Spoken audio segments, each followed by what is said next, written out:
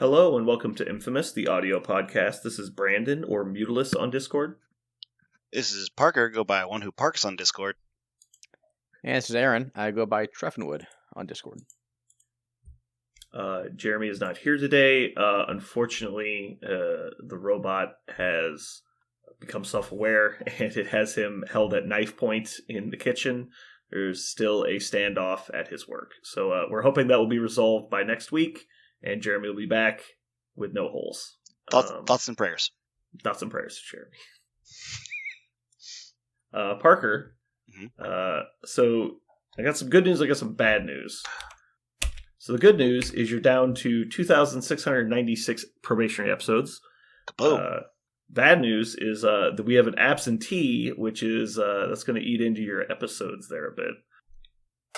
Absentee? What? Yeah, Jeremy's not here, so we're going to have to add some episodes to you. Whoa! That is not the way that works.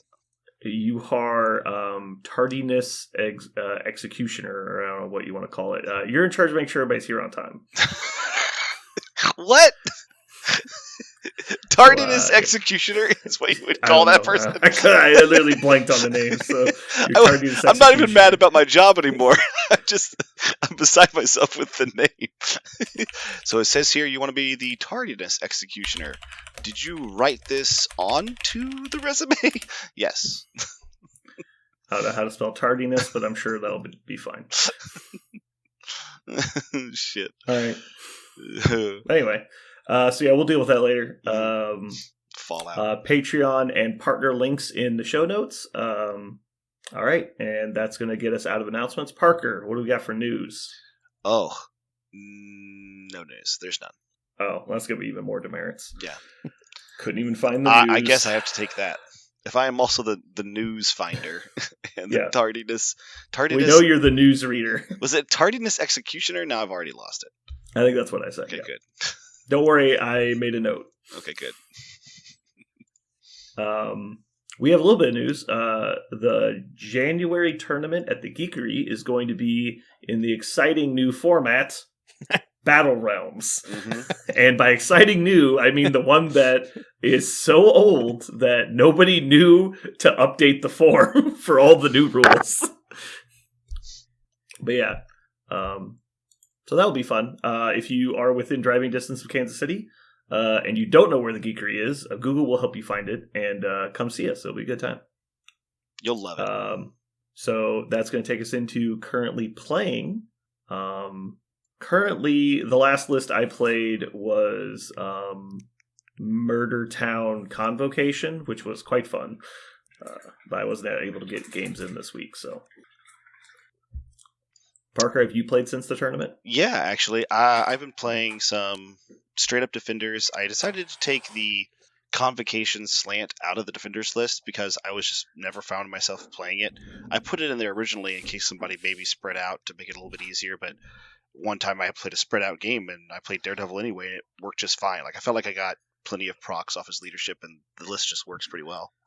And so just to trim the fat off and make it just a Defenders list, I switched out Magic for Valkyrie and the original Strange for Ghost Rider, and just and I think also Invincible Hulk, but I can't remember who. That was Wolverine. I think I took out OG Wolverine for Invincible Hulk just to give me a bigger swinger and see how that goes. But then I ended up playing a game this week with exactly the opposite of what I wanted to see. Just a whole lot of points on the board and really spread out. And so I ended up, it was just a giant puzzler. Shout out to James, my cousin-in-law, who I played the game, and he just played it perfectly, of just completely disengaged from me at all times and never let me like dig in and do my thing. And because I saw that coming, he was playing X-Men, I was like, okay, I'll play nothing but my action economy character. So I took out all the retributive stuff and put in all of my guys who could charge and move and be proactive. And it still was really tough. It was anybody's game, which tells me that Defenders are probably, their niche is, kind of sit on the middle and smack things back whenever they get hit. I like it a lot. It works really well. And they become just a middling faction if they're doing anything else. So I'm learning that that's probably their length and breadth, which is not too shocking after you kind of see their profile. But Cool. Aaron, what have you been playing? Mostly Cabal lately. Just trying to knock out my quest for all the models. Finished my last one today with Cabal, so Sinister, Ultron, and Ultron 2 moved to the done side of the checklist. Up next week will be Shield and Webs. Nice. Can we get a trash scale for Ultron and Ultron 2? Ultron 2, officially not trash. Ooh, spicy. Ultron 1, on the trash side, but not like go dumpster fire him. Not as bad as people probably think. No. He's got a sweet throw. There are parts of his kit that are really good. He just pales in comparison to what you want your fourth threat to actually be doing. Yeah. When we saw there was a new Ultron coming out, I'm like, oh man, there's no way he'll have the same throw. I was wrong. He has the exact same throw down to the letter. Like even the names are identical. What do you mean by not doing what you want to do? He's just too static. Doesn't have as many dimensions. Yeah. If your fourth threat is not having an impact on the game like a dynamo, or having action economy, I think you're playing the wrong fourth threat. Yeah. So I'll leave it at that. And granted, there might be a couple exceptions, but you either need to have action economy to be able to do what you do when you do it, or you have to have some sort of I don't want to say bubble AoE effect, but you have to be doing something else very specific other than making attacks and throwing terrain. Mm-hmm. So, he's fine. He's not horrible. He's not bad. But I'm not sure he fits in any particular Cabal list that you would want. And if you are going out of affiliation and splashing him somewhere else, there are probably better fours. Yeah. The big crowning achievement of Ultron has always been that he can resurrect himself with the Tactics card. But you still need a reason for your opponent to attack him. Yep.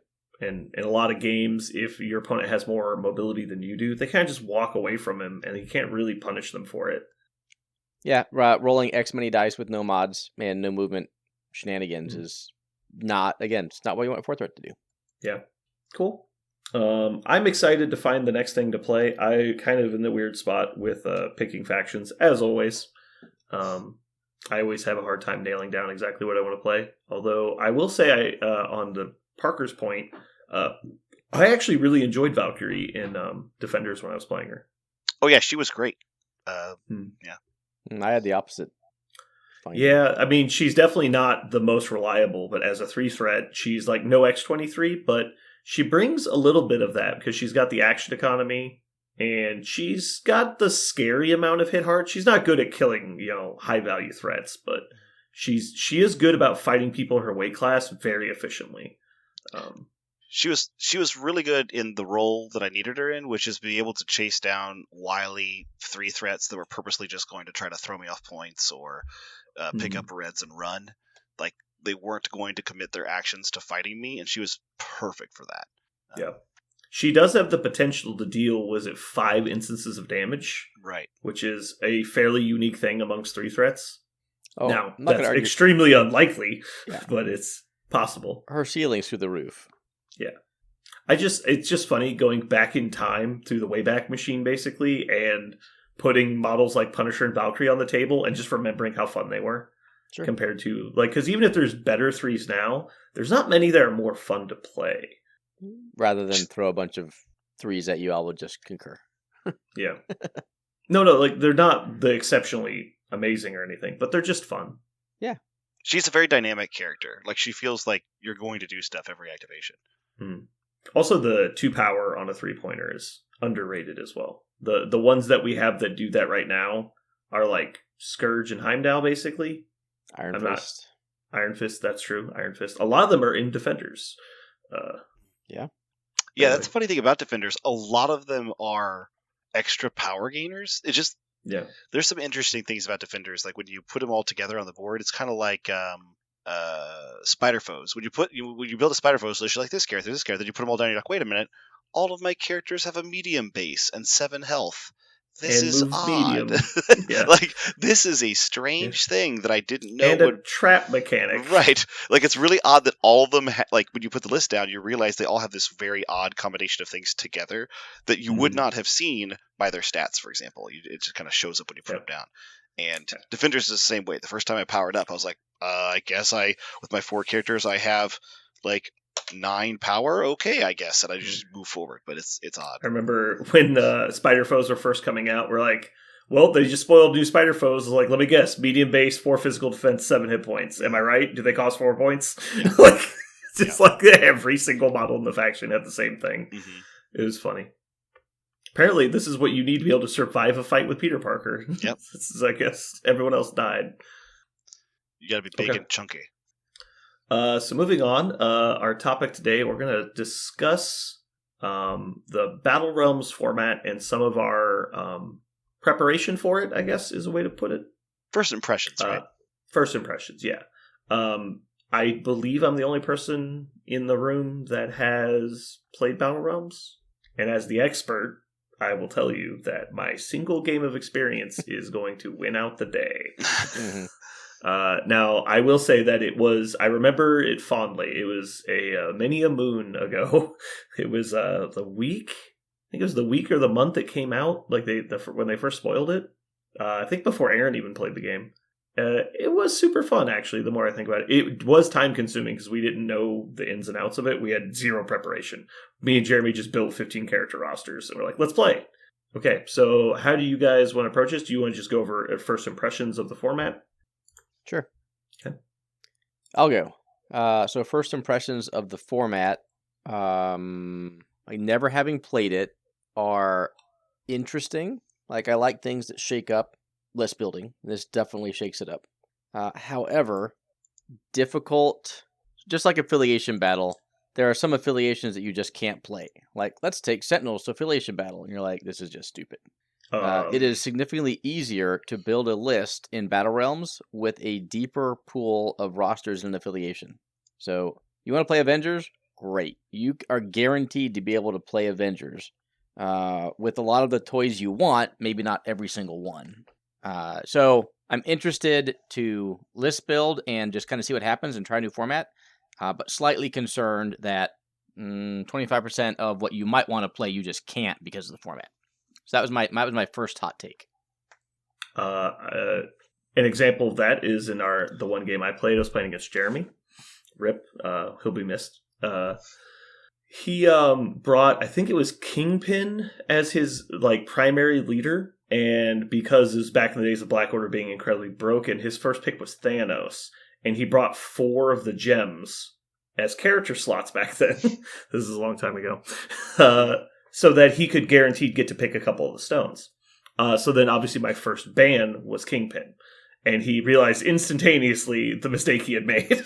He's like, oh, I think I was supposed to pick my leader first. So he said, yeah, do you want to go back? He's like, no, I still take Thanos. It's like, cool. So going over the pick ban format real quick, you start off just like you're playing a normal game, except that you don't bring tactics cards. You got 15 characters each and 5 of each type of crisis. You will roll for priority as normal.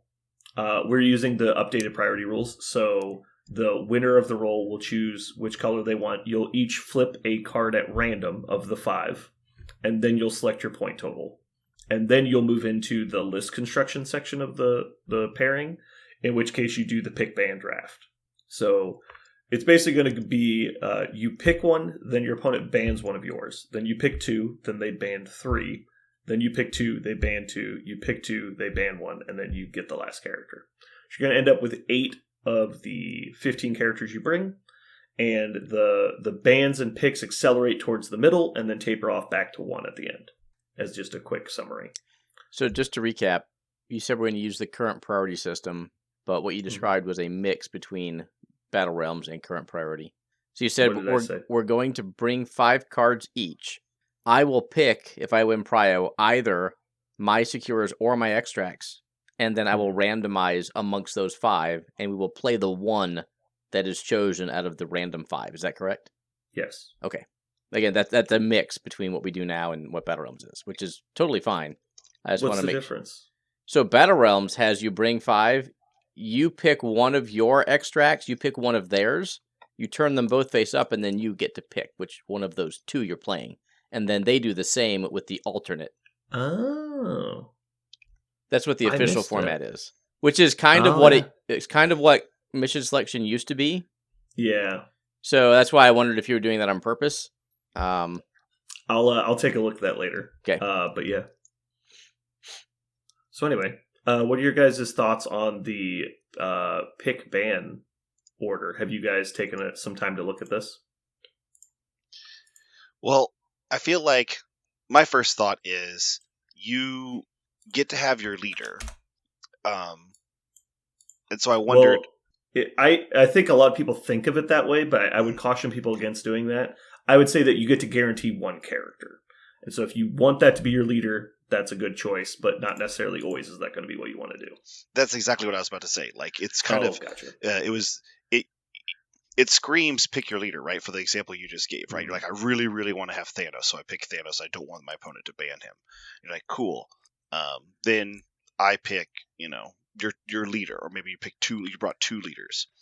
So the ability to have, any of the 3 or cough cough Avengers 4 leader factions are going to get a little bit of advantage automatically, because it's impossible to completely ban those out of having any leadership. So they'll get to have an advantage for bringing, a bunch of their affiliation characters in their 15-man. You brought one super scary Thanos, CGR, Invincible Hulk, whatever it is that you're excited to make sure you played you felt was really strong. And then your opponent will not be able to completely take away your leadership.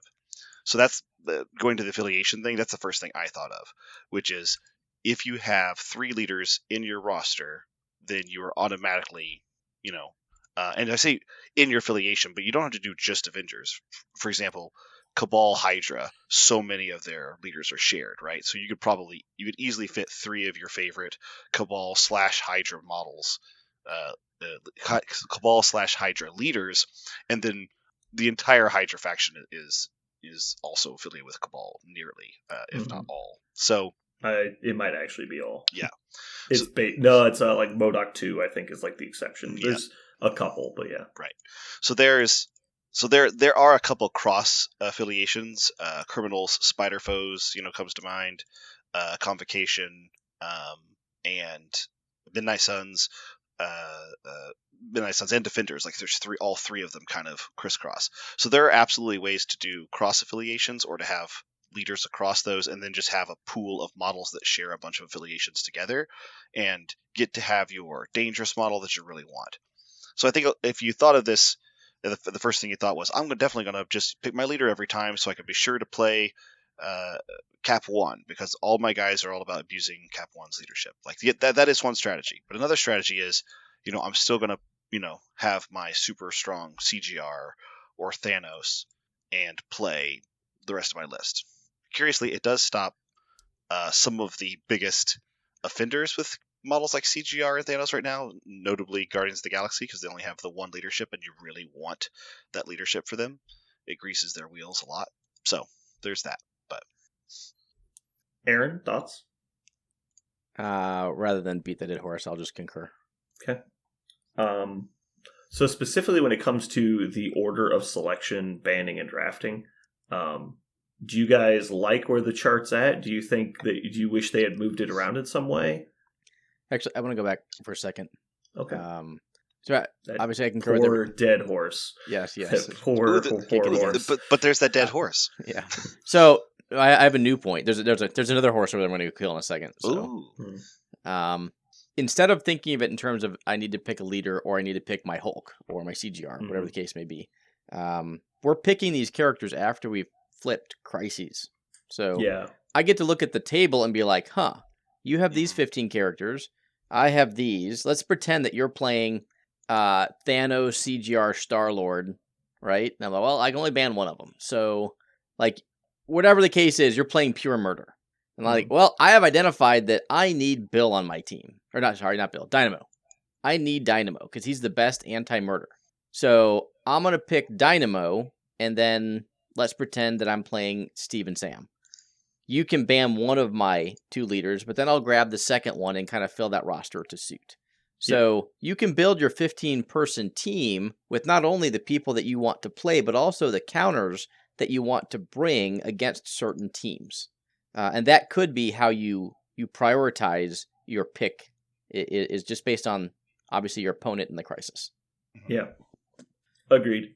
I think a lot of people will freak out initially when they go, oh, God, I have to take my leader or they'll get banned. It's like, if you've built your list correctly, obviously some factions and lists specifically are completely designed around living off their leadership.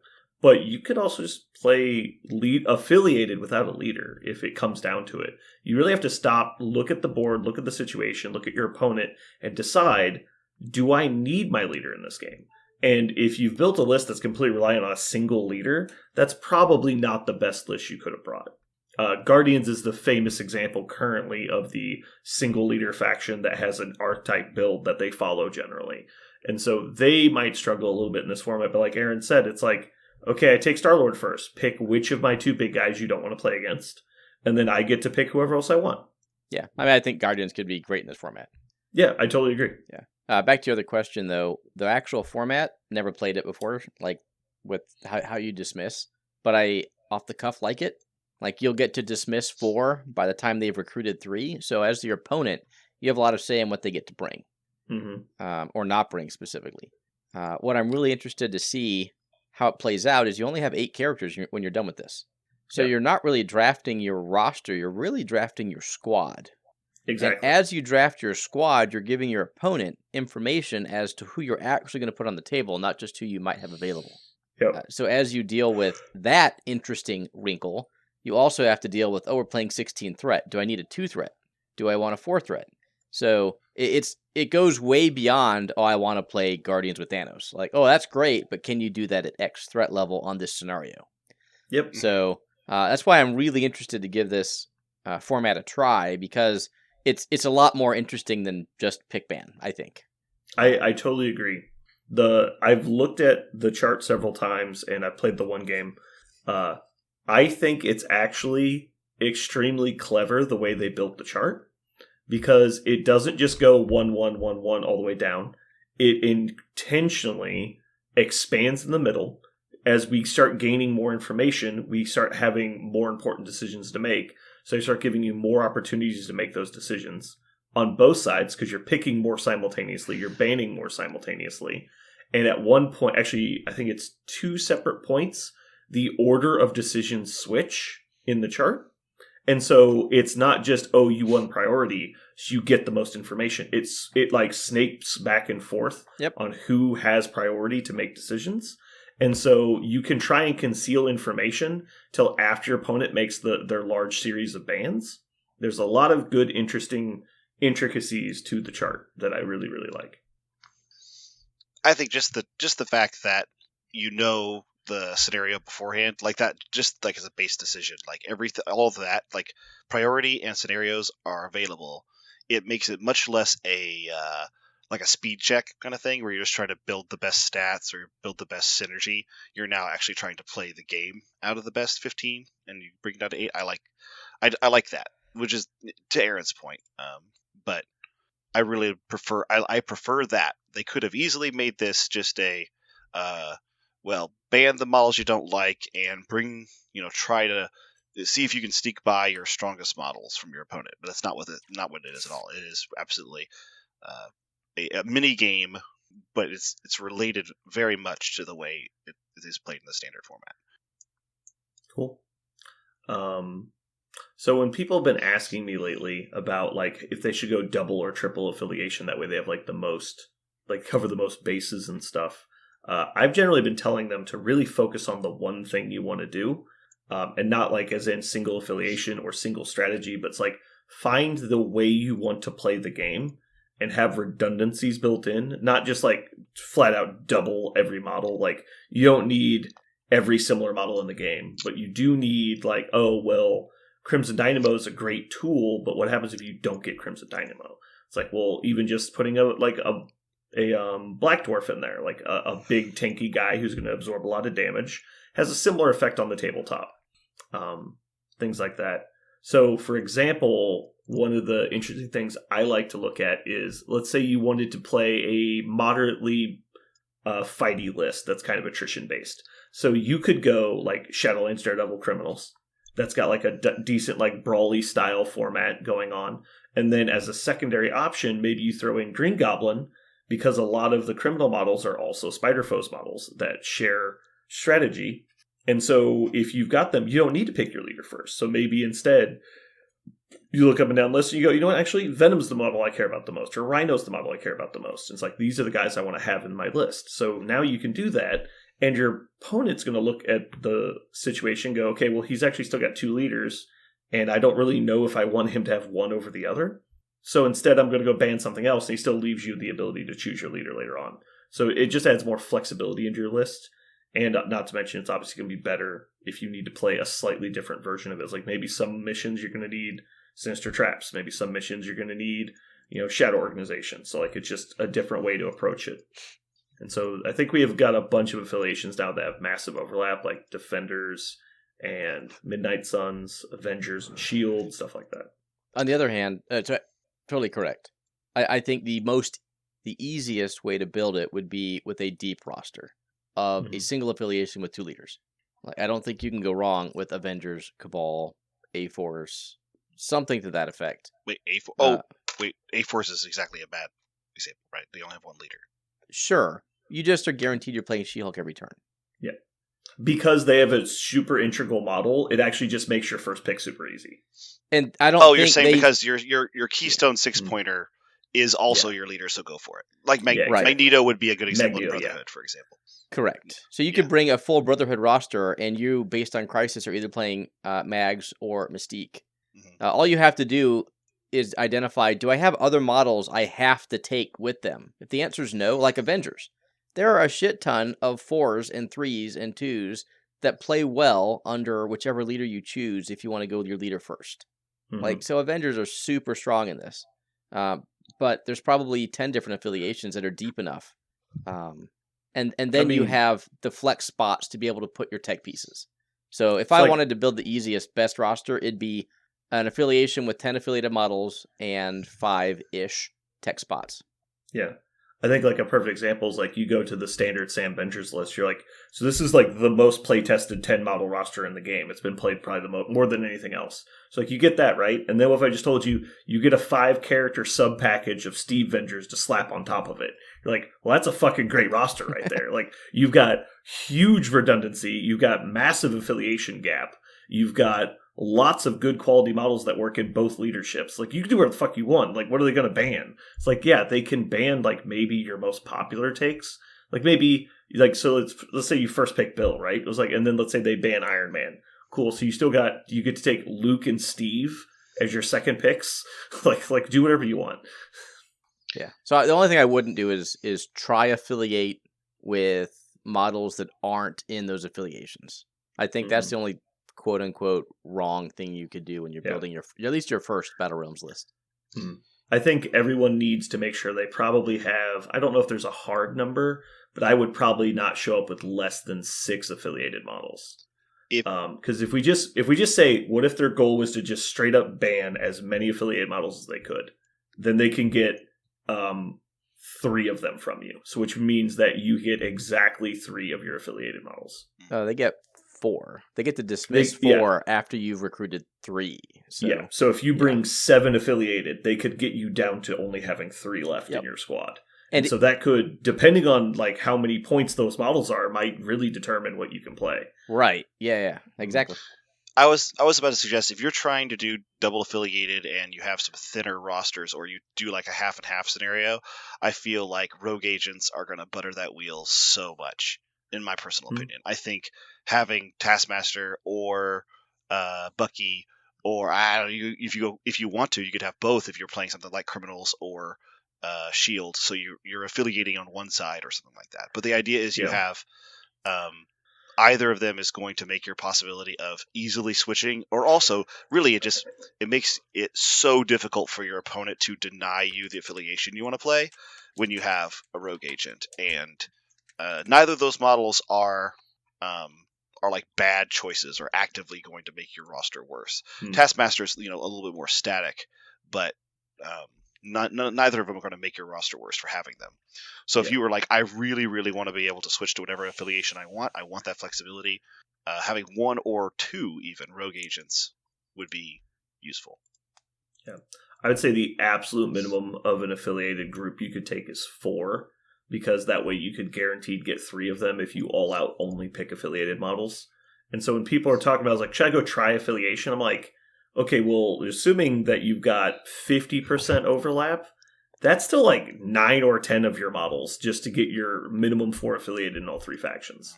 Like, and it's probably more like 12 of your models or 10 of your models at least. So yeah, it's just like don't go crazy about going super, super wide with your affiliation count. Having a second pitch was probably a good idea. Yeah, don't go crazy trying to go too wide. I have a question for you guys. You're talking about like having a plan for what it is you want to do, and I'm all about that.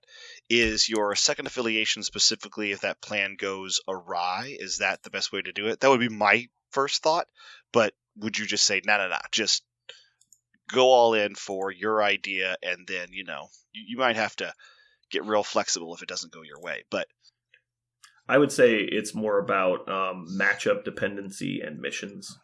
I was thinking specifically about missions, right? A good example would be you planned on playing A-Force, you have a bunch of A-Force models, you're planning on playing She-Hulk first because she's that keystone model, but they famously do not spread out as well as they do when they're all bunched up. So do you have a S.H.I.E.L.D. side project in there so that you could, or an Avengers side project in there that allows you to drop She-Hulk and go wide? Is that the best way to do it? Or would it just be to stack your A-Force list as, and just make your A-Force list, because their affiliation roster is really strong. They have 15 models that are considered really good. So do you just put all 15 on the list and say go, or would it be better to diversify? You just put Emma in your list. You're done. Like that's how you diversify? That's how you would do it? Specifically with A-Force? Absolutely. If you're playing a down the middle want to go tall list and you get stuck on, say, Infinity Spiders, which you shouldn't because you're not bringing those, but in that hypothetical situation, you just play Hellfire. Five missions, it's different. Well, you have to include missions you don't want to play. Yeah, you'll have to take something that scores a little more. Yes. So you don't need to have Emma in your list to play Hellfire, but it is by far, for any affiliation, the so obvious and easy solution to, I don't know, you just play Hellfire, you're done. Mm-hmm. So you can put that in your back pocket if anyone needs it. What if you put Dormammu in instead? I considered that, and that would be spicy as hell. I picked Dormammu first, ban who you want, bitches. That would be funny. Just kidding, I'm picking the Sentinels. Nothing. What happens when you throw Sentinel into Dormammu? Nothing, because that will never happen. It's like what is that? The D&D trap of I put a portable hole inside of a bag of holding and how the universe exploded. Mm-hmm. Turns out you can't make extra dimensional space inside of an extra dimensional space. You can't triple stamp a double stamp slide. Yeah. Now I'm scrolling through. So let's see. Let's say I wanted to just take all of X-Force and all of Winterguard. How's that? I actually was going to make a comment. Some funny little, like, 2 affiliations that kind of break the mold because they have flexibility baked in. And I was going to give a shout out to Hellfire, but like Hellfire, but not attached to a single character, like Convocation. It's a floating leadership that is attached to the card. Also, Weapon X, a floating leadership attached to a card. So that is 2 affiliations that you could literally, if you're planning on playing them, take any combination of models you wanted for exactly the situation.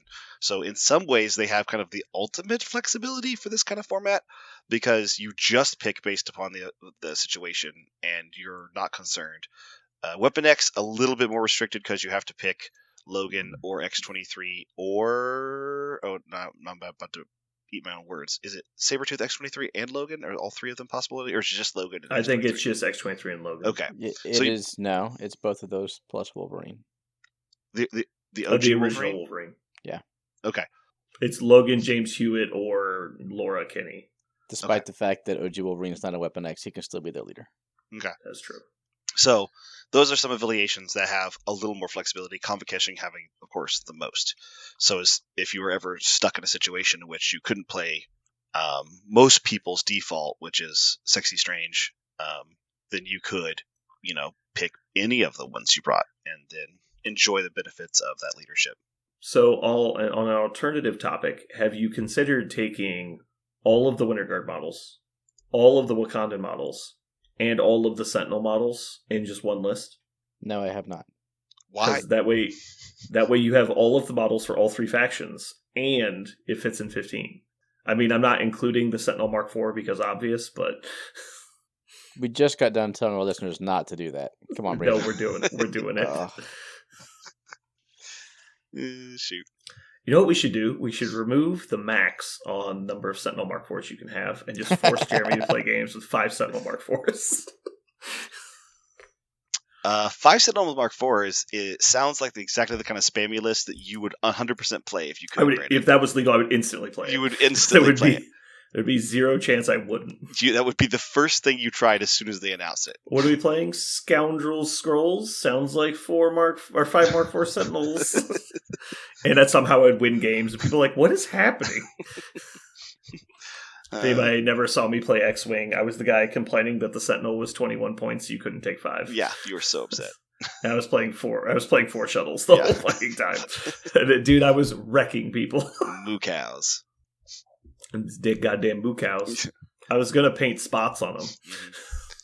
This is a deep cut. I don't know if our listeners understand what's going on. Super deep cut. Yeah, it's the Lambda shuttle. Everyone knows the Lambda shuttle. That's true. All right.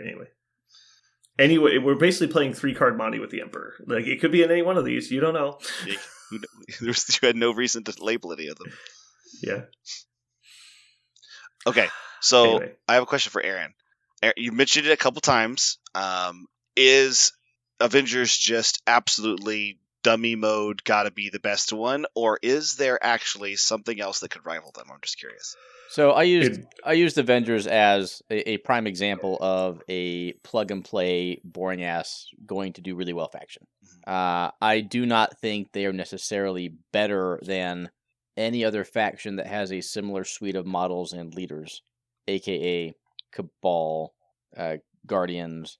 Might have to think about webs, but pick an affiliation that has 4 3s and 4 4s in affiliation that you like to play, and you're good. Avengers just fit that bill automatically. There are probably 10 others, to include everything else that you guys talked about. So I don't think Avengers are any better in this format compared to those than they are outside this format. You know what? I was having trouble figuring out what I wanted to play for this. I think I just figured it out. Is it Avengers? No. Good. Do you want to know? I do want to know. Bro Balls. Okay. Which is Brotherhood and Cabal.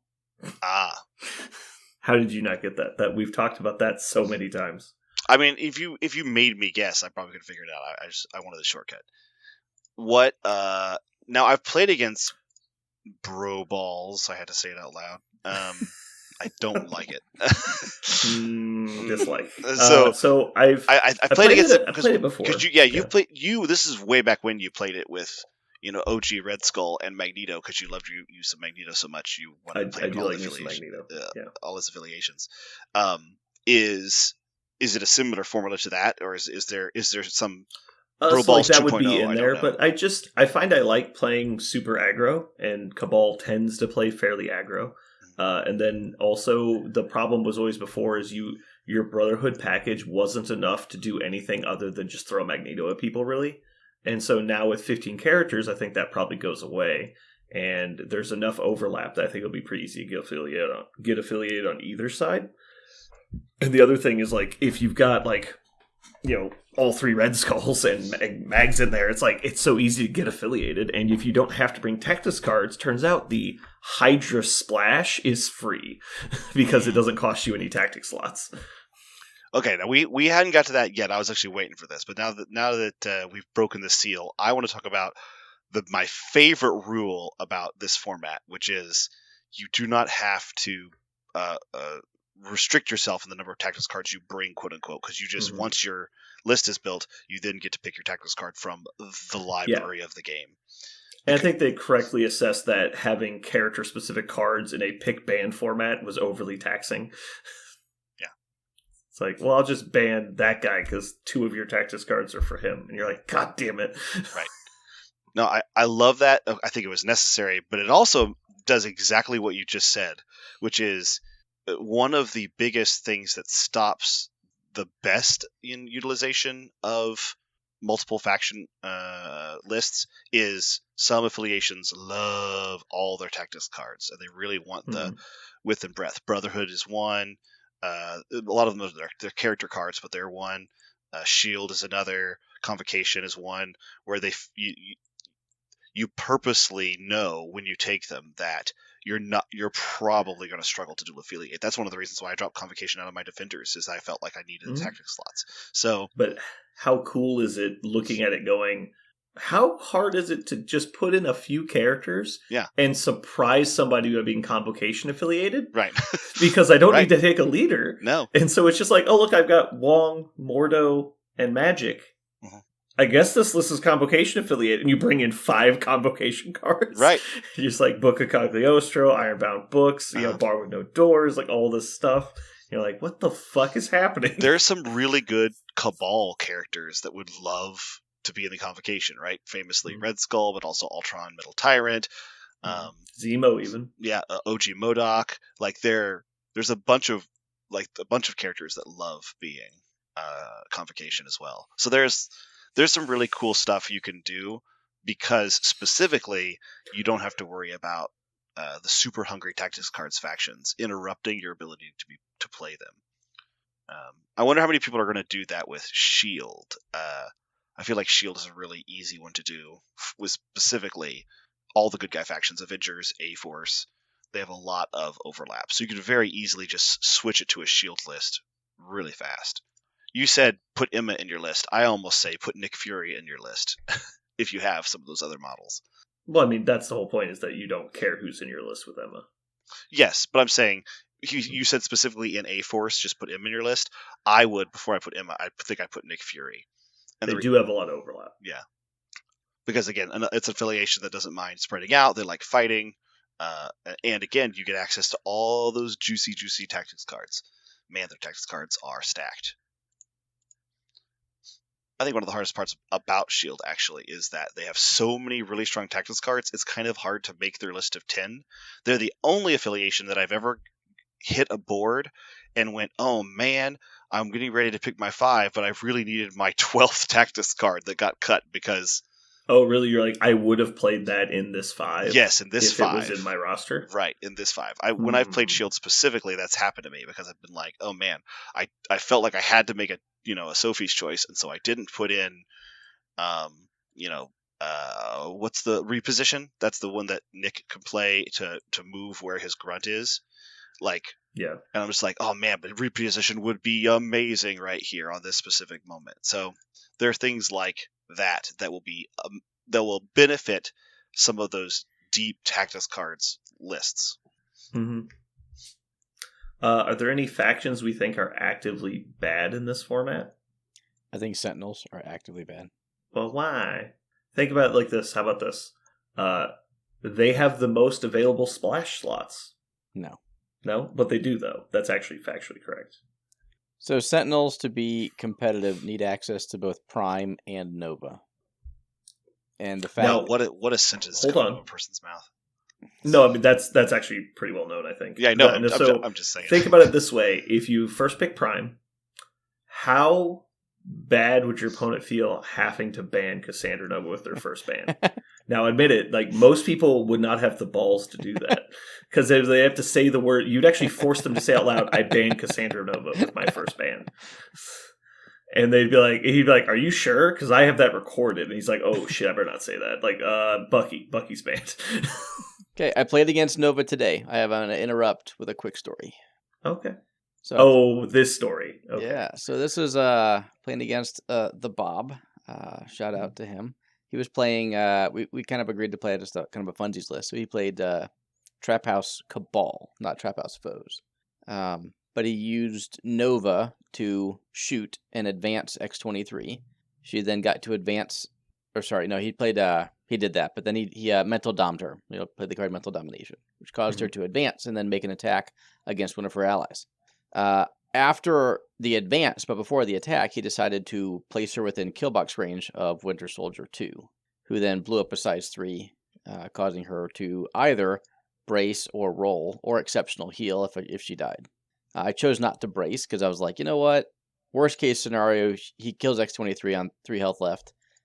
She then can't attack, Zemo, and then that's done. Or I could burn brace and she attacks Zemo. I'm like, they're both bad, but whatever. So I didn't roll. She dies. Didn't brace, rather. I did not brace. I chose to roll. Thank you. She died. And I was like, okay, great. Now Nova's done. My turn. He's like, no, actually, I still get to attack you. I'm like, what? How the fuck does X-23, despite the fact that she's dead, still get to hit Zemo? Turns out if you read the card, because of course I haven't read this card in forever, is not X-23 making the attack. Cassandra Nova makes the attack just using X-23 as range and line of sight. So you both got to mental dom X-23, kill her with Killbox, and then have her corpse act as a conduit to kill Zemo. So, that was a really cute interaction. It takes a lot to surprise me on interactions, but he did, and so kudos to Mr. Bob. Yeah. It is famously, in my opinion, the most convoluted Tactics card that they've printed so far. Except for perhaps It's Time Travel Don't Ask, which made sense why it was confusing, because it literally didn't do anything. But yeah, that card is pretty funny. So, Nova is hashtag not quite garbage. I think Nova is famously undervalued. Sure. So I think Sentinels are actually the only list that is actively non-competitive. More so than they are outside of this format. How about that? I think you can play any other list and be as competitive as you were before. Sorry, say that again. Other than Sentinels, you could pick any affiliation and be almost as competitive in a Battle Realms format as you would be outside of a Battle Realms format. So you think Sentinels actually take a dip? Yes. Okay, and the big argument for that is that because they only have 3 affiliated models, you'd be forced to take a Sentinel Mark IV? Yes. Okay. And you think a Sentinel Mark IV is such a downgrade over Cassandra Nova that it's actively hindering your ability to win games? Yes. Depending on the scenario, right? There might be some scenarios where that's okay. No, I have a question. What stops you from just having an alternate plan to put Prime in a different affiliation? Nothing. So that would be fine. You could still do like Inhumans, for example. Sure. If you were planning on just playing Sentinels, that'd be a problem. But if you want to combine your 4 Sentinel models with Inhumans or literally any other affiliation, because trust me, they all love Prime, that would be totally fine. Or even doing something as simple as throwing in Emma Frost. Sure.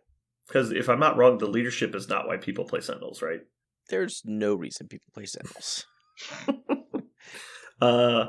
Directive 1 is good, if I recall. Not as good as Under Your Skin, but hey. Is it? Okay, so Under Your Skin is better? Tippy top. It's the best. Okay. I personally remember Online Operational is the best. Wow, we're just comparing just gold. like well, like what's which better, dirt like clod is the AAA roundest? plus diamonds or like Masterclass diamonds? Like, what's better? Oh my god! I cannot wait for just on the sheer contrariness for like 4 people to show up with Sentinels. This is going to be amazing. Well, freaking Nigel's got $70 riding on it at this point. Yeah, I know. If anybody wants to pay me $70 to play Sentinels at the event, just give me a message and I'll take you up on that. I might even do it for $50. He not only has to play them, he has to win the event by tabling someone. Oh, he has to pull a full-on Jason Wilborn? To pull out the 70, yeah. Ooh. Yeah. Speaking of, is Jason bringing his Sentinels? Because it's time to take people to Pound Town. Yeah, it might be. I don't know. This is going to be a fun weekend. I'm definitely bringing She-Hulk.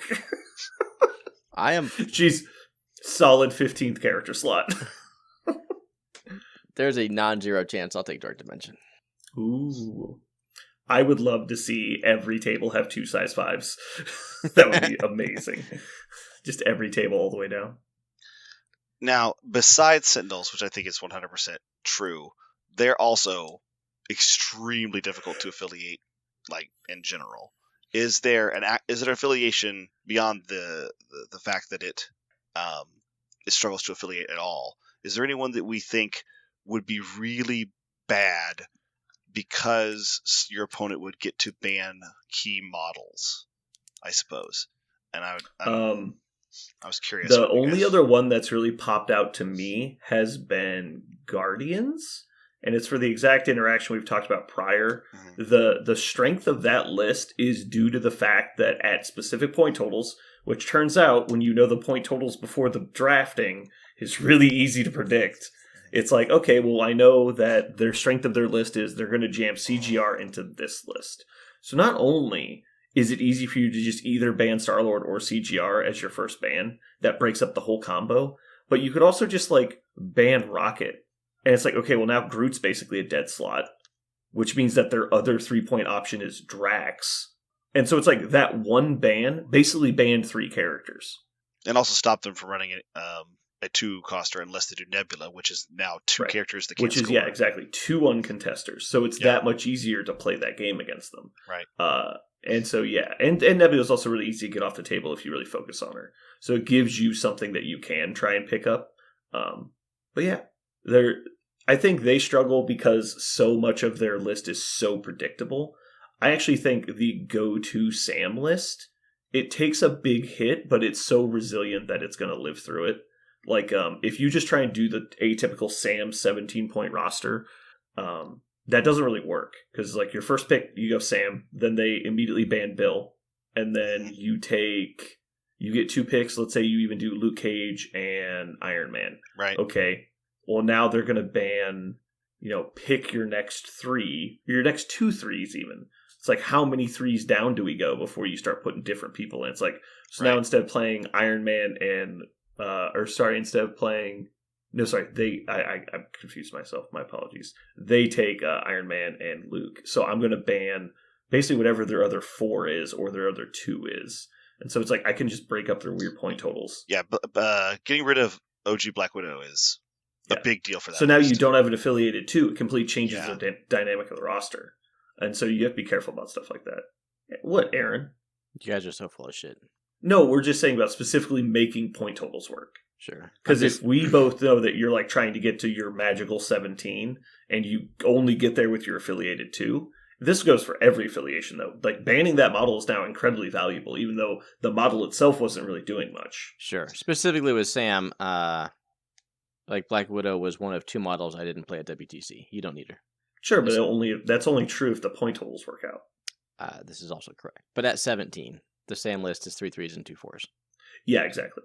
So you would ban 2 of the 4s. Yeah, but what happens when like Bill and Dynamo aren't there? I take Panther and Voodoo. Okay, like Panther's a good example. Like I think you picked the wrong list to try to fuck over because it's really hard to fuck over that list. I just picked the wrong model to take out first. I think in that example, then you probably take out either Luke or Iron Man. Yes, I concur. You take out the 3s, not the 4s. Yeah. And then I have to end up playing. I just forget that they've got the 2 good 4s to back up. Deadpool instead of Iron Man. It's every list is not going to be as good as you want it to be without the restrictions. Yeah. That is the truth. Yeah, I know I've said this to you guys before, but my favorite part of this format is that it immediately breaks up the cookie cutter lists, so you actually see new things. Like, we've been talking about, like, oh man, remember how fun Valkyrie was to play? But just no one plays her because X-23 exists. And she's completely forced out of the meta unless she's affiliated. And Defenders, until recently, were basically unplayable. I'm actually going to throw one out. This is going to bring a circle back around to the affiliations that are not strong after hearing the conversations we just had about how bans can destroy things your opponent wants to do. Is Black Order really disadvantaged in this? My first impression is yes, because you could really easily break up Corvus and Proxima, or Thanos and CGR. So, like, you could really easily break up one of those 2 combos. So, isn't that really bad for Black Order? Would that be? I guess Black Order sounds like a challenge in this format. Am I wrong? So let's say first pick is Corvus. What's your first ban? Proxima. You're gonna let me have Thanos CGR? There you go. You're right. There you go. No, it's I'm with Thanos. So you ban Thanos. Okay, so I have Corvus. I take CGR, Proxima as my next 2 picks. Mm-hmm. So I've got Corvus, Proxima, CGR. Okay. Like, I feel fine about this. Yeah. And so now your next ban is probably Ebony Maw or Supergiant. It depends on the crisis at this point, right? Definitely depends. Yeah. But yeah, I'm just saying, like, the fact that they have so many important picks is actually good for them because you're getting 3 of the first 4. If you think of it like that. So if you can, and they can interchange pieces out fairly easily. Mm-hmm. And so as long as you can get 3 really important pieces in the first 4 picks, I think you're fine. Okay. It's when you need to go wide or you've got a specific 2-character combo that you have to have. That's the problem. Yep. I just happen to think Corvus Black Order is actively bad. I don't necessarily disagree, but I'm also fine playing it. So. I guess we're talking specifically about affiliations that could get worse in this format. Yeah. I wasn't talking about like in general, are they great? But yeah. My biggest concern would actually be stuff like Kingpin. Kingpin's really strong normally, but what happens when he doesn't get to take Rhino and Black Cat? And it's like, oh, well, this is totally different. Yeah, I see that. I feel like Kingpin's one of those that we've often talked about. Feels like he really wants certain models to take advantage of the scenario, and if you could see what he was about to get, you could stop him from getting key pieces. So, for example, my first instinct, this isn't tested. If I was playing Kingpin criminals, I would definitely make sure I had a second leader. That's pretty obvious, and it's pretty easy because you have any number in criminals plus a leadership outside of criminals that works with most of your models. And I think my first pick is Rhino, and I let them decide what they're going to do with their first ban, and then I lean hard into the other option as quick as possible. So let's say they ban Kingpin. Well, now I can take Shadowlands, Daredevil, and MODOK as my next 2 picks if I wanted to, or something like that. Take Lizard or any number of other good criminal options, Black Panther, Killmonger, stuff like that. And so, because if I take Kingpin first and they ban Rhino, that's like such a crucial piece for that concept.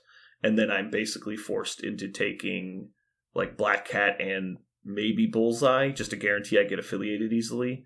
And then they get to ban 3, and now I don't have like the crucial pieces I need, but I do end up with like my core, so it's interesting. Yeah, criminals do seem tough to like. Kingpin criminals seems tough. But to again, build. because the Kingpin list is a specific set of like 4 models that always get played, and then it's like the splash model that kind of makes the difference. Are we wrong, Aaron? Can you see a way that Kingpin gets around this? I feel like Kingpin could be disadvantaged in this. I think the actual ban in a Kingpin list is Bullseye. Yeah. Depending on the point total, it's big because it almost always lets him go an extra model wider. Yep. And that's the thing about the Kingpin list is he really wants 2 key models to go along with him to make sure the rest of it can get built, and you can stop that. I'm not sure that the Kingpin list is more disadvantaged than, say, the Sam list, right? The Sam list has to change and adapt. It was not the 17 you want. Like in the list you just talked about where, get Rhino, they ban Shadowlands, I pick up Kingpin and Bullseye, they ban Cat and someone else. Like, okay, but I'm still have my 3 core criminals. Like, that's how I started every list when I was Kingpin was, a year ago was Kingpin, Rhino, Bullseye. And then there are so many unaffiliated models that I'm going to have access to. I don't think I'm worried about it. Yeah. Is it the 17 I would want? No, but is it worse? No one's than, getting the 17 right? they want. Yeah. So I think your points have merit, but I'm not sure that it's as much of a killer as you might think. Okay. No, I don't think it's a killer. I just think it's potentially more damaging because I know we've talked about a lot that the Kingpin list. It kind of like rides on a razor's edge on as long as it can survive long enough, you win. If it doesn't survive, you lose. So if you lose some of those key pieces, it can be interesting. Like, for example, Web Warriors might actually be really important too, because like they survive on like specifically 3 models. And so, like, if they lose one of those 3, it's a totally different game. Yep. So I think my first pick is probably Gwen. I was about to say, ban the shit out of Miles, Gwen. I'm like, fine. You can have Miles. I don't give a shit. Yeah. Like, I'm taking Spider-Woman and Black Cat next. Like, I got my 3 models. Banning Gwen is hard. Mm-hmm. Of course, if they're smart, they ban Peter 1, the real crucial key component to Web succeeding. But I might ban Peter. I might ban Peter 1 depending upon who's on the helm. Who's running that guy? Yeah. I am super pumped. I have had 0 creativity to build a list, but wanting to see these games played, I've been so pumped. Okay, speaking of pumped, this is my next question. Is there any affiliation that you guys would have wanted to play but haven't because you've been kind of stymied by the fact that they can't build a bigger roster? Like, the fact that they can go to 15 makes you more excited to play them, because before you're like, I'm not going to have all my toys. I don't know about you guys, but sometimes when I build a list, I feel like I would like to have 2 more slots, and then I'd really enjoy this. Is there anything that you looked at and or at first glance you're like, ooh, if I had 2 more, if I had 5 more slots, even though I know you only get to bring 8 to the yeah. to the You're game. asking if there's ever been a roster that we didn't want to play because we didn't have enough slots. Mm-hmm. I don't think that's ever been the case for anything I had. I mean, there's always like the cutting room floor stuff, but for the most part, you generally don't play your last couple models that often anyway. Concur. I start all of my list prep with a knowledge I only have 10 characters, so I never disappointed when I can't take more. You literally constantly play over 10. Shut up.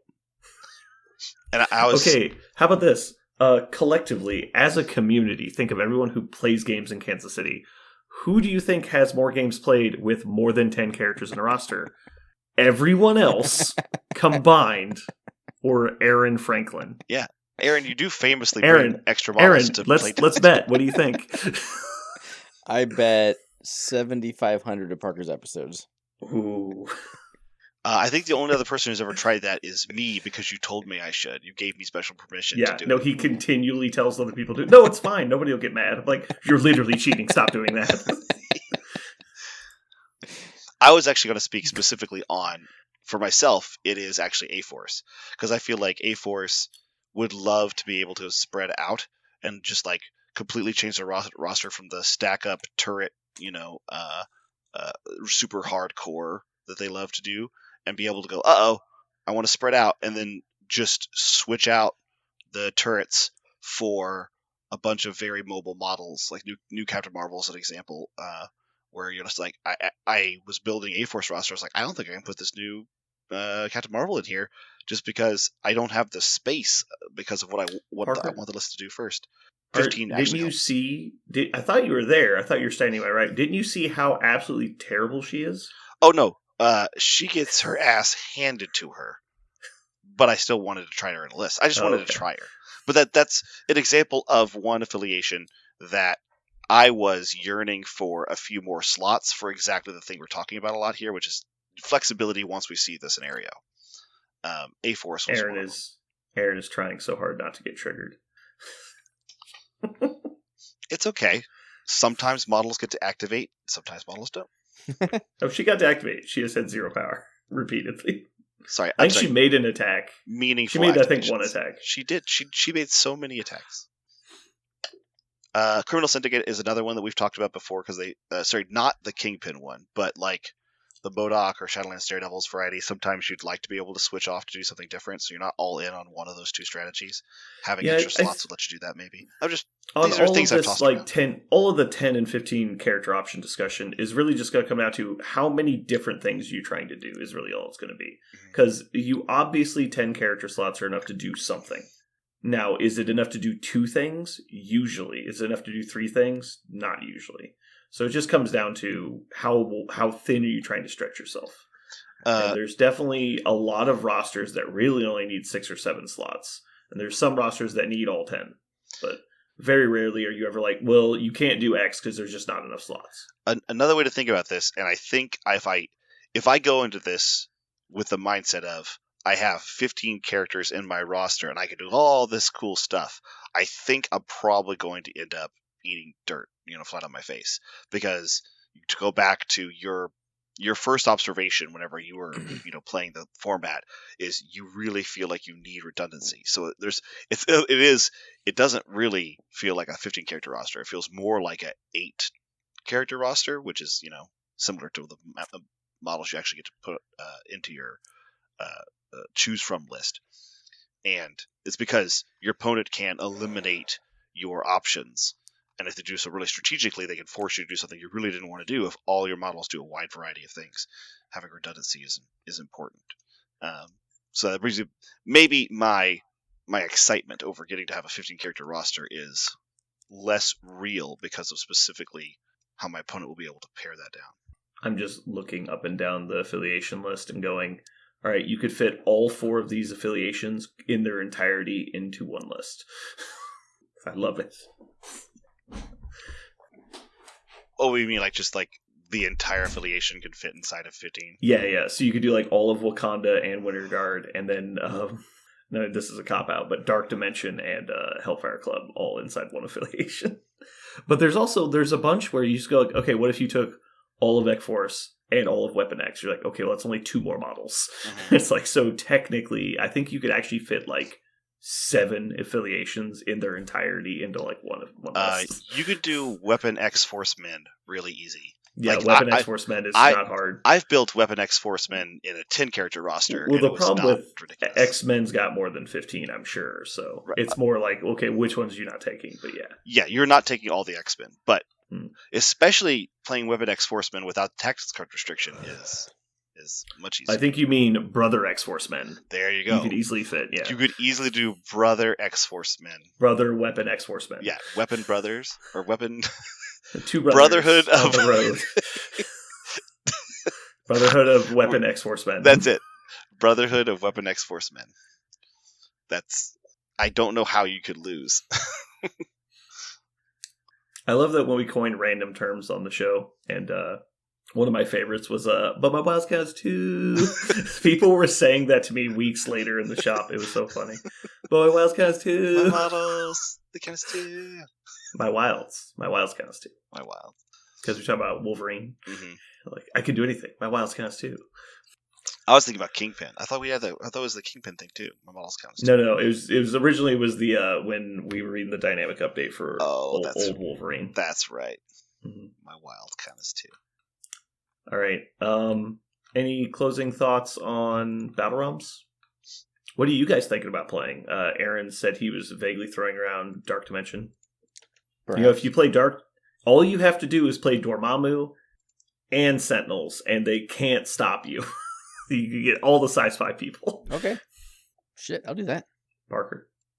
I think I might actually do Brotherhood, and the reason why is I feel like they have 2 really cool leaders that can, switch it really fast, and they actually have a lot of redundancy kind of baked into the affiliation, in my opinion. Like, they have 2 5s that pair with Magneto, right? They have, they have kind of toolbox 3s. They have 2 Sabretooths that they play, differently, but they're 2 Sabretooths. There's a bunch of things that they do that are redundant. The only non-redundancy they have is Toad.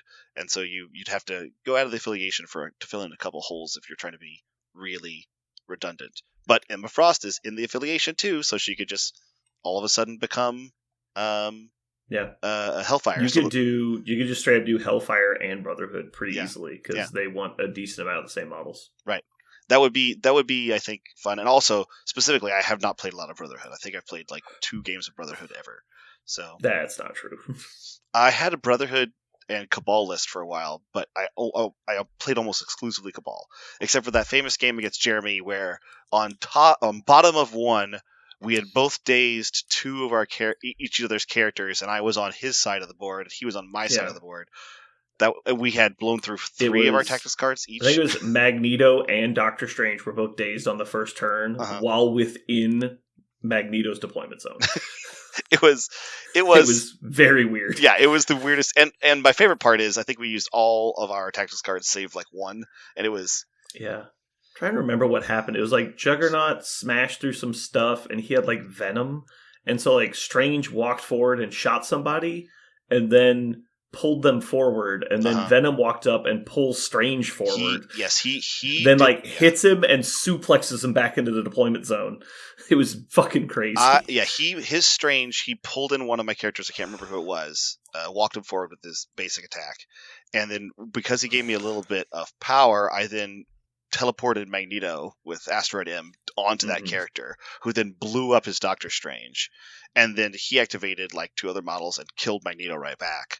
It was just a bloodbath, and we, like I said, we were doing so much damage to each other and doing so much damage with our attacks that we were spending all of our tactics cards. Also, it was crazy. Yeah, I walked over. I'm like, "Damn, you guys are really into this game." They're like, "No, it's the first turn." I'm like, what? We're on turn 1.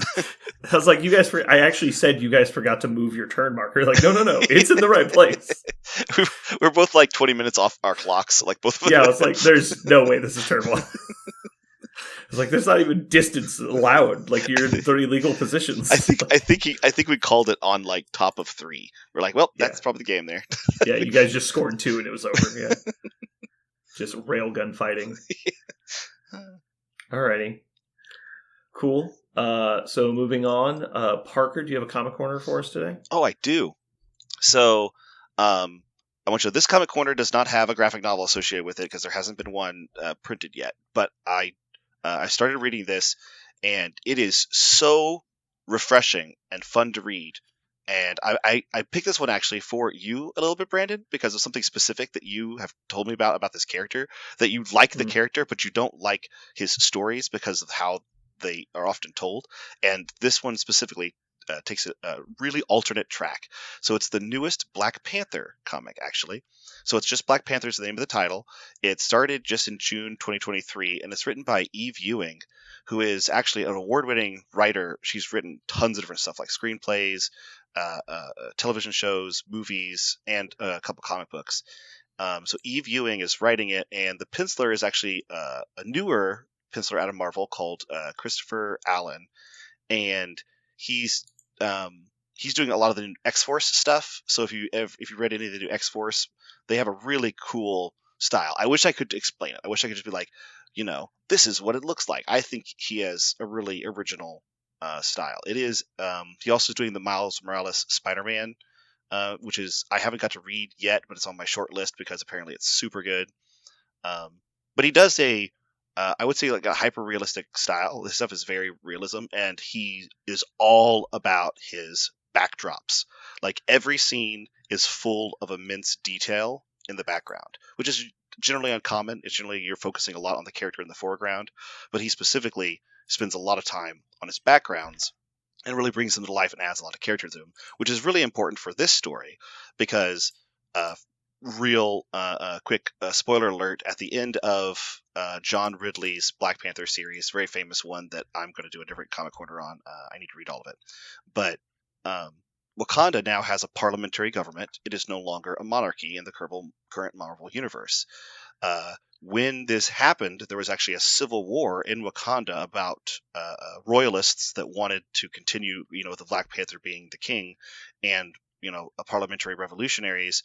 And of course, T'Challa was trying to make this all a peaceful process. He was kind of caught between his personal reasons for wanting to continue being the king, his lineage and his birthright, but also trying to heed the people and understanding that democracy had a lot of benefits. And so through that story, he eventually willingly goes into exile just to remove himself from the equation, just to stop the infighting. And so he leaves Wakanda for a long period of time and basically accepts the fact that he'll never be able to come back without starting this, civil war again.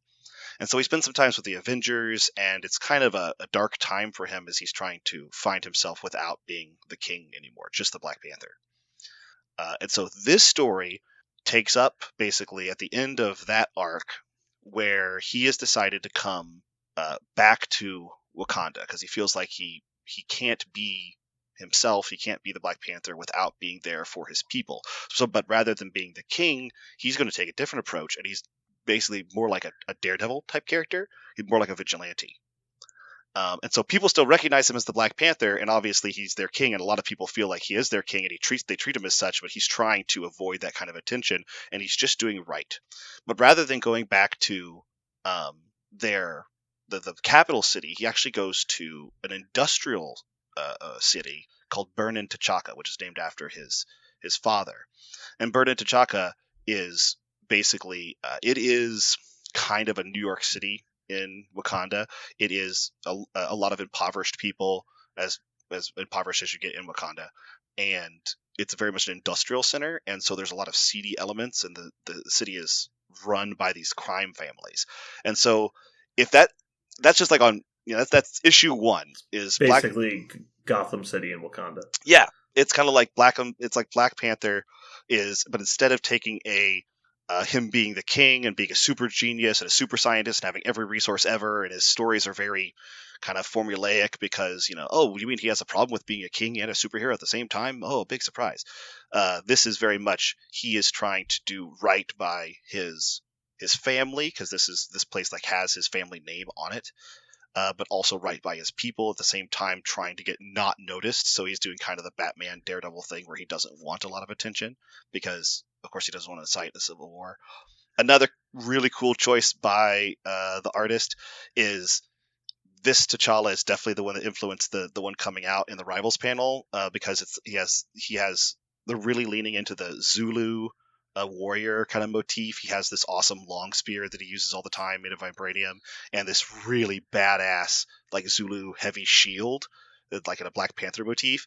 And so he definitely is more of a fighter with that African cultural root, which is super cool. It is a really cool character version of him. He's been redesigned a couple times, very slightly, but this is a big redesign for him.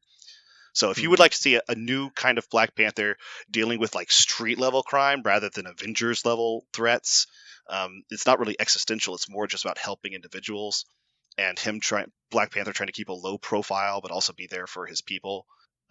It's a super cool series. I have loved every bit of it. Actually, Black Panther on the streets has been so much more interesting than Black Panther dealing with all of Wakanda's woes, and he's constantly fighting against Galactus and Doctor Doom and all these big guys. It's much more interesting watching him fight thugs and gang leaders. It's been really cool. Also, let you see the seedy side of Wakanda, like the actual society that you would make if you gave people like vibranium. And it answers a lot of the questions that Brandon you've brought up before, which is Wakanda just seems like this heavenly heaven, so why would anyone live anywhere else? And this is actually showing you the underside of that society. Yeah, my issue is the problem is that the economics of Wakanda makes zero sense. Right. And that, like, this country is actually super rich. It's like, well, how are they rich? It's like, oh, well, they have vibranium. It's like, okay, cool. Do they sell it? Like, no, they don't give any of it out, actually. They have an entire society built around keeping it secret. It's like, okay, so how does having a secret resource that nobody knows about equal money?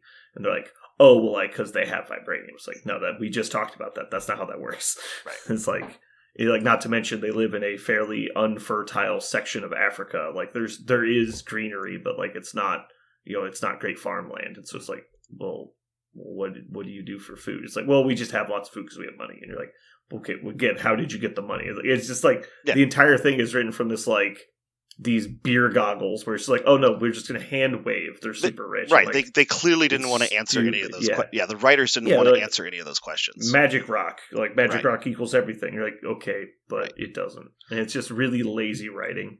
And this, I'm sure it goes into it more. Yeah. Right. E-viewing is specifically tackling those kind of questions, or rather just not ignoring them. Right. Right. Like it could be like, like there are criminal underworlds that are selling the vibranium on the black market, and then they get astronomical amounts of money, and maybe like the government seizes that money from them when they catch them, and that's part of where their revenue stream comes from. Right. Maybe they are intentionally selling it on the download to some of their like secret allies throughout the world. Like there could be reasons. There's it's kind of like the posit that the world economy could not exist without black market narcotics. Like, because of how much money is generated by it, even though it's terrible for societies and cultures and people, it does generate an enormous amount of revenue that is then put into economies. It's just kind of an interesting concept. But is that going on in Wakanda? I'm excited to read more of the thing, and I encourage you, if you are excited about T'Challa but you want to see him do something different, if you're excited about Wakanda and you want to learn more about the society and not just kind of the shiny city on the hill version we often get in the background of Avengers comics, check out the new Black Panther run by Eve Ewing. It's a lot of fun to read. I'm excited. Cool. All right, well, that's going to do it for us today. Thanks for tuning in. Hopefully you had a good time. This has been Brandon. And Parker. And Aaron. And you've just listened to Terminator 7, Jeremy's Day.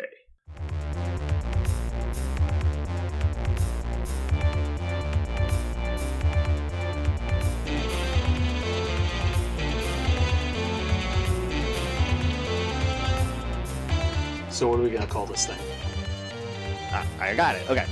Incredible, new, fantastic, astonishing, mighty, original, uncanny, sensational podcast. I'm just going to put down infamous.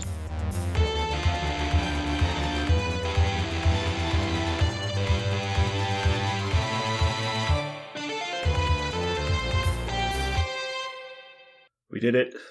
We're back. Man, oh man. Never surrender. No man left behind. It really wasn't that hard, actually. Yeah. I would say the amount of effort we put in to record this podcast so far has been near zero. Mm-hmm. I actually had a thought on the way to the microphone today, coming downstairs. I was like... I feel important, just to interrupt for a second here. We do not rate or support any of Parker's personal opinions. These are unrated. All right, go ahead. Yeah. I actually thought about the fact that I was like, I know what movie category we're doing this time. I was like, I wonder if we're going to do Christmas movies. And then I thought about it for a second. I was like, did we already do Christmas movies? If we already did Christmas movies, did we do Christmas movies around Christmas? Have we been rating movies for a year? And then I thought about it. Like, I really had to think about it because that's how long I'm doing this podcast. Is I have to think about how many years, how many Christmases have I been podcasting about MCP. It's now become, I think, a part of just, my life. I can't remember when we started doing it, I guess is the point. I think it was off the cast. I can't remember. I can't remember when we stopped the button and then talk afterwards. But I was like, yeah, we must be coming up on 2 years here soon. And I did the math. I'm like, shit, we're at like 3.5 years. God damn it. I wasn't even close. Not even close. I'm with you. Because this is 169 divided by 52. 3.25 years. Mm-hmm. I've been here for, this will make 169 episodes for me. Parker, I think you're in the mid to high 30s. Mm-hmm. Aaron's probably up around 150. Hard no. I'll give you 100. How about 100? 100 sound good? I think you actually joined around 75 because you were here for the 100. I was here before 100, that's true. I feel like we need to find out which one he came and do like a 100th anniversary for him. It'll be special. When you get to my age, birthdays are not special, Parker. Yeah. You'll realize that in a few years. I hate birthdays. I've always hated birthdays. One of my favorite, not like as a, like if somebody wants to give me a birthday present, fine, I'm not going to throw it back in their face. But I have like my students all the time are like, I'm turning 14 tomorrow. And I really have to stifle a no one cares like directly to their face because how instead often do you fail to stifle? Instead I just go, happy birthday. But I'm like, it's like nobody wants. My favorite like birthday thing that I've ever heard is in, I think it's Thailand, that everyone is the same age based on year. So if you're born in the year 2000, then you are not one yet, right? And then in 2001, everyone born in 2001 is instantly 1 year old. They don't count the days, they only count the years. Right. And I love that because it just eradicates. It's just New Year's. Yeah. It just makes a new year. New Year's. Yeah. So a new year is actually a new year, like for you and for the calendar. It's just kind of I like that. It makes New Year special and it demystifies the idea that you should get your own special day. I know this comes 100% from my upbringing, that my family, I got a pat on the back and sometimes some friends came over to my house, but it was not. Birthdays definitely should be celebrated, but they should be celebrated by acts, not by items. Like, I think giving birthday presents is less important than like, hey, it's your birthday, what do you want to do? Like, kind of stuff. And I think a lot of people celebrate it in the opposite way, where they just like give you a gift and your day is the same pretty much. Like, I think like, hey guys, it's my birthday. Let's go like out to the bar, like go to see a movie or go to a football game, or like let's do something to celebrate my birthday as opposed to spend money. That's commemoration, right? That's fine. Yeah. It's like, hey, like let's go hang out at my place and watch TV and play video games or whatever. Just like have a good day. Like, don't do stupid tedious crap you don't want to do. I do actually enjoy somebody. I do enjoy somebody taking the opportunity to give someone like a good razz because of it. Like I do enjoy that. Like anyone who pranks somebody on their 40th because it's their 40th and points out the fact that they are, if this was medieval times, they'd be dead. Yeah. Like I love that kind of concept. Like every year at my work, a friend of a coworker, he gave me this ridiculous sash. It was like this huge sash with like rainbow metallic letters that says "Birthday Boy" on it, and it's like white giant satin sash. And he said, "You have to wear this today," and I went, "Very well," and I put it on, and that was wonderful, right? Like because he knew my feelings about birthdays, and so everyone lauding me with praise all day about my birthday, I was like, this is what I deserve. I deserve this because I don't like birthdays. Well played. And so every year on his birthday, I give it back to him, and then he wears it all day because he feels likewise about birthdays. And like that is fun. Like I enjoy that. That's a fun thing to do for a birthday. I love that you two feel the same way about birthdays and have found somebody to ruin your birthday. That's basically what we do. And so in perpetuity, you're going to have a shitty birthday. Yeah. We just make it our prerogative. And in that way, it is fun, right? Like because it's like satire. You're making fun of the situation, right? Here. If one of us really hated the other, then we or the concept, we would say absolutely not because we're adults. But we both understand it is comedic how much we, don't enjoy this thing other people enjoy. But I do enjoy commemoration. Commemoration, is fun. And if you want any excuse to celebrate is fine with me. So if you want to call it your birthday and let's do something fun, that's great. Cool. But that's what we're going to do for Aaron. That's what we're going to do. We're going to do 100 episode, no hold bar thrill ride. We should get him a sash that has like tally marks on it for his age. And so we'll have to get like a 9-foot sash to hold all the tallies. And we just like wrap it around him several times. Well, hold on. You want to celebrate his birthday on the 100th episode? Is that what you want to do? No, I mean, whenever his birthday is. Oh, I see. Yeah. Aaron, do I need to file a Public Information Act, application to get your birth date? Yeah, definitely don't look on my employment information. Yeah, but I not. That's way too much effort. Like for me to go check the files. I'll just ask your kid. I'll tell you now because you'll never remember it. I was gonna say, will your full parent know your birthday? No, the message I'm going to send him is ask your mom when your dad's birthday is. That's the message I'm going to send him. That might work. Smart. Yeah. I could have been Sherlock Holmes if I was born in the age of murderers that get away with it. Yeah. Before forensics, I think is the term. Mm-hmm. That's my favorite. It might be one of my favorite John Mulaney joke where he talks about what was investigative, before DNA. Forensic science. Yeah. Hey, it was just we found a pool of the killer's blood in the hallway. Yeah. Gross. Clean it up. Clean that shit up. Anyway, back to my hunch. It's perfect. You're talking about bank robbers who used to machine gun their names in the wall. Yeah. It's tell them it was Danny and the boys. And you're like, what? What the fuck is wrong with you? Mm-hmm.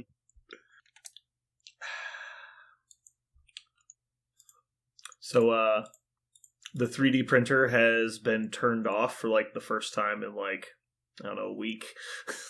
It's getting some rest. Needs to. I got some rest today. Yeah. I was actually going to ask you, how tough do you think the material, the resin, I suppose, is once it's printed? Do you think it's pretty durable? It entirely depends on the resin, and I buy pretty tough stuff. The things I have now is probably the top 90% of rigidity and all that. Okay. Go ahead.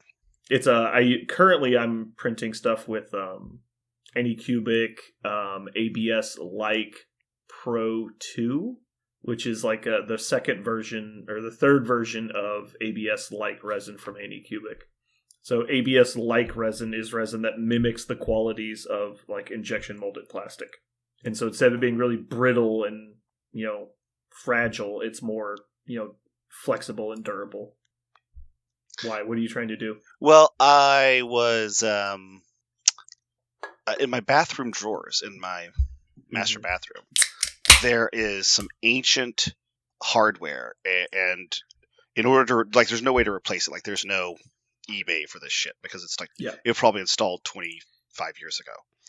And you mean the drawer handles and stuff? It's actually the run, the thing that the wheel sits on. I don't know what you call it. The rail course. It's a rail. So the rail, there's on the back of the rail, it's not held in by metal. It's held in by a piece of plastic. And it's been banged on for so long. Finally now the plastic is cracking just from age and drying out, and it's breaking. And so now the rails are basically useless. And so I'm having to basically manually hold up the drawers as I pull them in and out now. I removed one of the rails completely because it was like ripping out of the other side. And so I wondered, I was like, there's no way to replace this plastic piece except, I have CAD equipment at school. I could create like a perfect replica of it on my CAD stuff and make an STL. But I didn't know if we put it up there and then it would break in a week because I don't know how well it would hold up. Just like either take a picture of it and send it to me, or if you want to try and make the item in CAD, but I would say send me a picture first, making sure it's something I think I can make. Okay, I'll try that. Yeah, I expect it to work. But anyway, so I ordered the local supplier that I've been getting this stuff from is Micro Center. If anybody in the Midwest knows about Micro Center, it's awesome. It's basically a computer store. But apparently it's just a small chain in the Midwest. Anyway, they have an in-store brand called Inland. Then that's what I had been buying because it was on sale since Black Friday, but they ran out. And so I ordered some stuff on Amazon. And through some clever conversing with the people at the store and doing some Google searches, I found out that it's basically just reboxed Anycubic resin. And so I was like, well, I'll just go buy Anycubic resin online. But apparently I bought the version 2, not the version 1. And so it's slightly different formula. And so I have to change all my print settings. And so that's what I'm doing right now is recalibrating the printer. But yeah, so anyway, originally I was at the store buying the printer. I'm like, I'm going to buy a bottle of resin. And I was like, you know what? I'm going to get 2 bottles of resin. That way I don't have to worry about it for like another 6 months. And then I don't want to mess with that. So and it's on sale right now. I'll just buy 2 bottles. So 3 days later, I went and bought a 3rd bottle, and now they're out. Nice. And so that lasted like fucking 3 weeks. Not even 3 weeks, 2.5 weeks. 3 bottles lasted 2.5 weeks. I blame Aaron. It's all Aaron's fault. Now, I have to ask, how do you like, the printing life? Do you feel like you've been able to make your money back, or not make your money back, but I guess, not really make money in terms of monetary, but in terms of like, are you using it and feeling like it was a worthwhile purchase? Because I feel like if I got one, it would just become a paperweight. I feel. But yeah, that's what I was worried about. Is like it was going to be like my airbrush. It's like it's a purchase that will pay off the one weekend a year I actually use it. Mm-hmm. And that's definitely not been the fucking case. Awesome. Yeah, no, I've been, like I said, it's run almost nonstop, basically. There was definitely some times, like the first week, when it's definitely frustrating. And so you have to have patience with technology.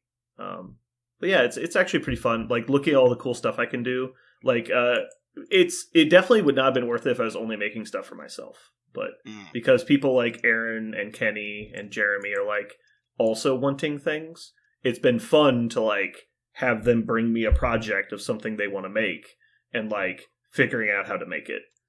Was that your vision for it, like when you started, or what? Yeah, pretty much. Okay. Like I know I'm going to be doing those same things. They're just in the short term, because I've only been working on the 3D printer, I haven't really been doing anything else. And so I haven't run into projects I want to work on yet. But that will happen eventually, obviously. But yeah, the little things is why I wanted it. Like, hey, I want to have a missile effect on my little robot. And so instead of, going online, finding someone making it at the right size and ordering it, waiting 2 weeks for it to come in, I could just like in 30 minutes make my own at home. The best part is the own size, right? Because before you bought the printer, I had to go through and figure out how I was doing all of this new 3D terrain, for a different game system. And like emailing back and forth with various Etsy sellers on exactly how big is this in millimeters, and just flat out not being able to get stuff because it was going to be either too big or too small. 30% too big turns out is a big fucking problem. Yep. Because it doesn't fit in the space you need it to fit in. And no one on Etsy, well, I don't want to say no one, like the vast majority of people will have a couple, so they either have one size or choose one of these various sizes. Yeah. But there's no custom sizing. And having watched you do it, that's about the easiest shit in the world. Yeah, and CAD is not hard. Takes you so little time to be like, oh, you want the horizontal dimension to be 36 millimeter. Done. Like maybe 3 minutes. Type in 36. Maybe less than 3 minutes, right? Yeah. So the fact that there's not custom sizing, I mean, I get it's mostly it. just like the endless amount of custom orders you would have to do. It's really hard to budget your time to people. And so, like, say Aaron's like, hey, I need this portal you're making. I need it to be this size. I need it to not have the bottom. And I need it to be, like, maybe elongated a little bit. Well, for somebody to do that, not over Discord, and do it through email, would probably take 5 to 10 revisions. And also hours of their time. Now, and they're going to, like, so then what do? Bill you for $20 an hour? Like, it's just hard. The cutting, I agree. That's above and beyond. But the resizing without any other modifications is the easiest thing in the world. And I see no one on Etsy doing it. Yeah. Also, a lot of people on Etsy are amateurs, so they're not experienced in, like, the little ins and outs and stuff. So, like, setting that up is difficult, right? Like, sure, through Etsy... Yeah. Even if you message it was like, hey, I need this item to this exact size. I need, like, put calipers on it. I need it this big. And even if you sent them a message, they'd have to go physically make it, make sure it was up to quality standards, and there wasn't any weird issues with resizing it. Then they would have to send you a proof and then create an item for you to buy in the store. And then you'd buy the item and then they delete the item is like how that whole interaction works. And so it's just a big pain in the ass that most of them don't want to deal with because for most of them, it's like a tertiary project that they mess with sometimes. Right, that's what I get is it's all about ease. Just like I get this order, I load it into the printer, I go, we're done. Like they're not. Yeah, they want like a more passive time. income where it's like, hey, I can spend one weekend a month printing this little knickknack, put it on Etsy and sell it for $5 each, and like I can make $100 a month doing that. And it's something I was kind of already doing. Most of them are print to order. Yeah, but yeah. And I want to say a lot of them probably have customization available if you go through the time to like message people back and forth, but it's not apparent. Like you would have to be like, send this seller a message. Hi, can you make this bigger? ? Yeah. And then when you're trying to go through and just like, purchase stuff, the last thing I want to do is back and forth with person X for 4 days only to have them say no. Well, now I got to start the whole process over again. Right? Just like when you're on Amazon buying stuff, I want to put shit in my cart and buy it. I don't want to put it in my cart and wait a week. Anyway, I'm glad you're having a great time with it. It's definitely about to get me in trouble though. Like you're gonna keep looking at things things to print something that's illegal or something. No, not that. Like that might happen too, but it's not why I'd get in trouble. As far as copyright stuff, that's all kind of a gray area. The big thing is that you're not reproducing other people's IP for resale. That's really the line. You're using it for your own purposes, it's almost impossible to actually do something that'll get you in trouble. But if you're reselling it, that's the key. But anyway, no, it's not that. It's just like if I told you that said thing was like 90% off and you're like, okay, well, you weren't going to buy it, but now that it's 90% off, you're going to buy it. So instead of it being incredibly cheap, it's actually expensive because you're spending money you wouldn't normally be spending. Makes sense? Yeah. I know exactly what you mean. So like, well, I don't really play Blood Bowl, but what if I just had one of every team? And that only cost me $150. And you're like, okay, well... But that would have been $150. But you weren't going to spend that $150. Like, yeah, but think of the savings. And you're like, God damn it. I'm about to spend $1,250 on vitamins. That's the Zoidberg meme, right? Where they say, you can get this 8-disc collection for only, $18.99. He goes, yeah. Finally, Zoidberg, you're becoming a crafty consumer. Yeah, I'll take 10. And so he buys too many of something he didn't want. Yeah, it's because it was on sale. But yeah. I think, Aaron, I know which Blood Bowl team I'm going to play next. Okay. Black Orcs. Because they're the best team in the game. They're the only A+ team in the game. Can you define how you came to an A+ rating on Black Orcs? Yeah, A+ does not follow the standard metric system, so I can basically say whatever I want as long as I don't say tier 1, 2, or 3. Because it's not incorrect information. That's how the diamond industry works, if you didn't know. This is A++ diamond. You're like, what does that mean? Literally nothing. Please buy. See, now I'm trying to find it again.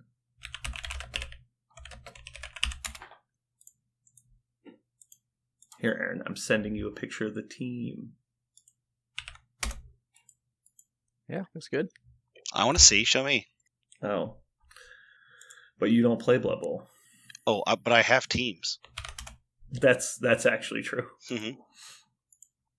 Oh, so that Kickstarter, right? Or not Kickstarter, the Patreon I joined to get cool Marvel STLs for like busts and sculptures and stuff. They say they're very friendly on pricing, right? If you're a patron. So if like you go to their store online, it's like $10 to $25 to buy all these individual sculptures and busts. If you join their Patreon, it's $10 and you get like 40 of them at random, basically. And then if you want to buy more, they say they have special discounts if you're a patron. So I messaged them, was like, hey, I want these 2 Dr. Doom sculptures, because that's like the only reason I signed up for this thing, basically. And they're like, oh, okay, cool. And they just sent them to me. I'm like, oh, that's a good discount. It's like double free. Nice. They weren't kidding. Yeah, no, they weren't kidding. So I'm very excited to print those. I'm gonna have a Dr. Doom bust. It's just gonna be on my wall. So what have you guys been up to? Ooh, let me guess. Aaron's been making and painting terrain. This is a true statement. Nice. I'm clairvoyant. I have what they call omniscience. Right, Parker? Omniscience. You have ESPN? Yeah, I have ESPN. Extrasensory Perception Network. Or ESPN2, which just tells you shit that no one cares about slightly in the future. I have ESPN 8, the Ocho, which is the stuff that everyone needs to know about that they don't know that they need to know about. Yeah, true.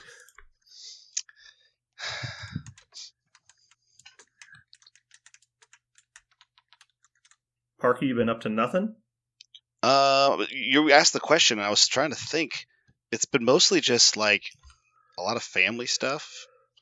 Like Christmas prep. This time of year is all about Christmas prep. Everybody in my family had 8 kids except me, and so there's just so much Christmas prep stuff.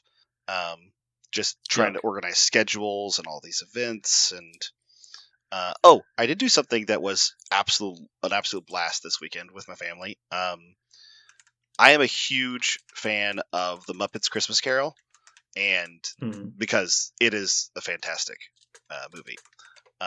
Michael Caine will always be my Scrooge, and no one can take that away. Okay. So the Kansas City Orchestra did a really cool concert in which they have a copy of the movie on this enormous screen behind them in the Kauffman Center for the Performing Arts, and all of the dialogue is left in the movie, but every single piece of music that accompanies the dialogue or just behind the scene, all the orchestral music is taken out, and then they play everything as the movie plays. So basically, it kind of the way you've seen in videos where how the orchestra constructs, music for a movie is often the conductor is watching the movie and the orchestra is playing for them, and they're recording it live as they're trying to sync it to the movie. Basically, I got to watch them do that for an audience, and it was just absolutely a blast. It was so much fun. And I did not, I guess it's funny, there is a lot of orchestral music behind movies. Like you ostensibly know that, but to actually watch a group of people performing for like basically 2 hours straight, like there was very few moments in which they weren't. And what's really bizarre is that what this made me do is not notice every time they were playing, but every time they were not, because the room was so insanely quiet compared to every other moment that you could immediately tell, even though the dialogue that they were talking, it made all those moments incredibly dramatic, because the room wasn't filled with, the sound of this full orchestra. And so it was just, I loved the movie. It's an awesome movie, a very charming flick. But getting to hear it live, and we also, of course, brought my girls, and they have been to the Kauffman before, but never for the orchestra. So this is their first time in the orchestra theater, and it's cool seeing a full orchestra up front, and they were really psyched. They really enjoyed it. Cool. So on the topic of movies and scores, are you aware that sometimes people will edit a movie scene to have different music?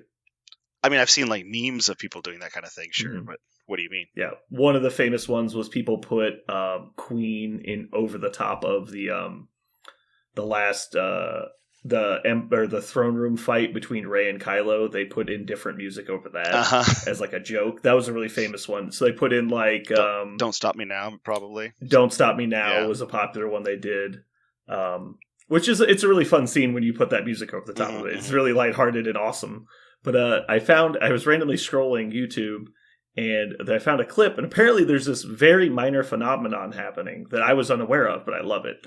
And it's people go through and they re-edit movie scenes with this one specific song. And it is The Money Is For Nothing by Dire Straits. It's also known as Dirt Cheap, I think. I don't but anyway, the song opens up and there's this really heavy, meaty guitar riff. And anyway, it's a very popular song. The rest of the song is garbage, but the opening riff is amazing. But apparently the tag that you put on the YouTube video is this song really does go with everything. And the random clip I saw is it's Poe, and that's in the 9th movie. And he's flying around. They're shooting at all these crazy destroyer class ships. And he's like, oh, all my friends are getting shot down. They're all dying. It's like, oh no. Like, and then like the radio comes on and like, he's like, here's Lando, and he like pulls up and like gets up above the clouds and he looks out and all the ships are warping in, and then the guitar riff hits and it's just like all the ships start blowing up. It's fucking awesome. That is cool. So I'll try and find that video and send it to you. But I would like apparently now I spent like 2 whole days just watching those clips of people editing that song in over top of stuff. My favorite edit over the top is whenever people take out the orchestra music, like really big, wide, fill the room orchestra music, like John Williams stuff, and replace it with the exact same melody on a recorder. Have you ever heard one of those? Like Jurassic Park. The Jurassic Park one is the one I get when I watch whatever I've said. It just so it's almost as good as Park. You remember that one, right? I showed you that one. It's the name of it is Welcome to Park. Oh, and they took the CGI dinosaurs out of the very first scene where they're like weeping with shock, and so he's like, he did it. The son of a bitch did it. It's welcome to Park, and it's just like and they just cut out all the dinosaurs, every reference to dinosaurs from the entire scene. Right, and so it's just them looking at a park in general. It's just trees and an open space and a pond, and they're all just completely taken aback. Yeah, the crazy son of a bitch did it. He made a park. It only cost $8 trillion. Grass and trees, bitch. All right. So, Aaron, it appears that you're doing quite well in the starring of the Galacticas. Yeah, I'm halfway through season 4 now. Yeah, I'm enjoying it. Oh, don't worry. We'll get your 5-star rating later. We'll get there. Okay. Can't talk about it because spoilers. Yeah, I know. But sure. I know. I hope you really like it. I'm worried that you're not going to like the ending very much, but I like the ending. So I am not someone who hates what other people will consider bad endings as much as the general population, if that makes sense. Yeah, that's probably fair because you like the iZombie finale, right? Yes, and I couldn't even tell you what it was right now. Like I will forget something. I watch TV and movies giant time skip, for enjoyment, like period dot. And so I will appreciate the journey that a show has taken me on more so than the specific ending of that show.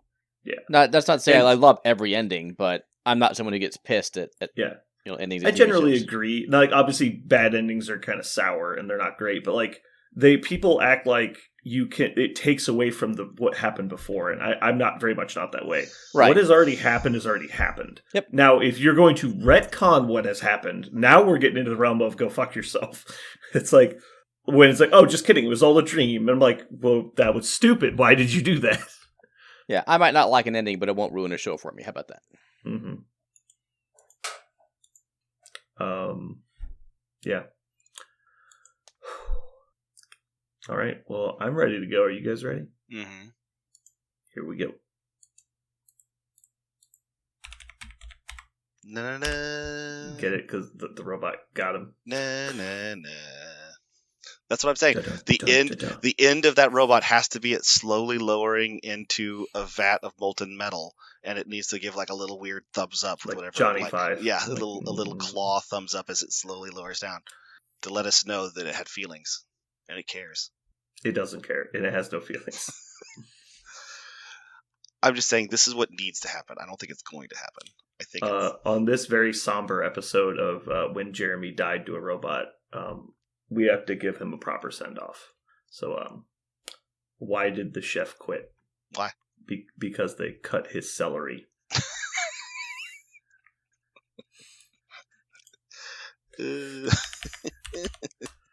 Rip Jeremy, you will be remembered. Yeah. He'll listen to this. He will hear it. I don't know that he will. I think he will. We know that Parker can't be bothered to fucking listen to it. I've actually started listening to the episodes I'm in now. Actually, I've just started listening in general. I'm becoming a pretty avid podcast listener. Actually, it's been something. It's been part of the adult life that everyone else has adopted. Like 20 years ago. I'm just now getting around to, but it's starting to be a thing I do no matter what. I don't know if it's a good thing or a bad thing, but I enjoy it. Okay. Unrelated news. I just checked in on Jim Butcher Book 18 for Dresden Files. We're at 30% complete. I was hoping it'd be more. Okay, let's get into the movies. Also, I remembered something about the 3D printer. There's a huge jump in productivity when I bought a heater for it, so it no longer gets too cold. That greatly improves productivity. Wow, tuck it in at night too? Yeah, I do. A little lullaby going on in the background? I take a hammer and I smash a ceramic mug, and then I say, if you fuck up my prints, you're next. And then I turn off the lights and go to bed. It's worked so far. It's cost me a fortune in mugs, though. All right, so movies this week. So the topic we went with was hidden gems, basically. So it's movies that are great, but are not widely popular. And I definitely recognize that some of the movies will be popular in the gaming community, but it's more that they're not mainstream popular. Another way to put this is like cult classics, right? This is cult classics, yeah. I think it has technically a different meaning, but they're very similar. Because some cult classics are widely popular, but like Rocky Horror Picture Show is famous, but not widely liked. Yeah. And so the people that like it are, a fairly eclectic community. Yes, it's definitely a cult classic, yes.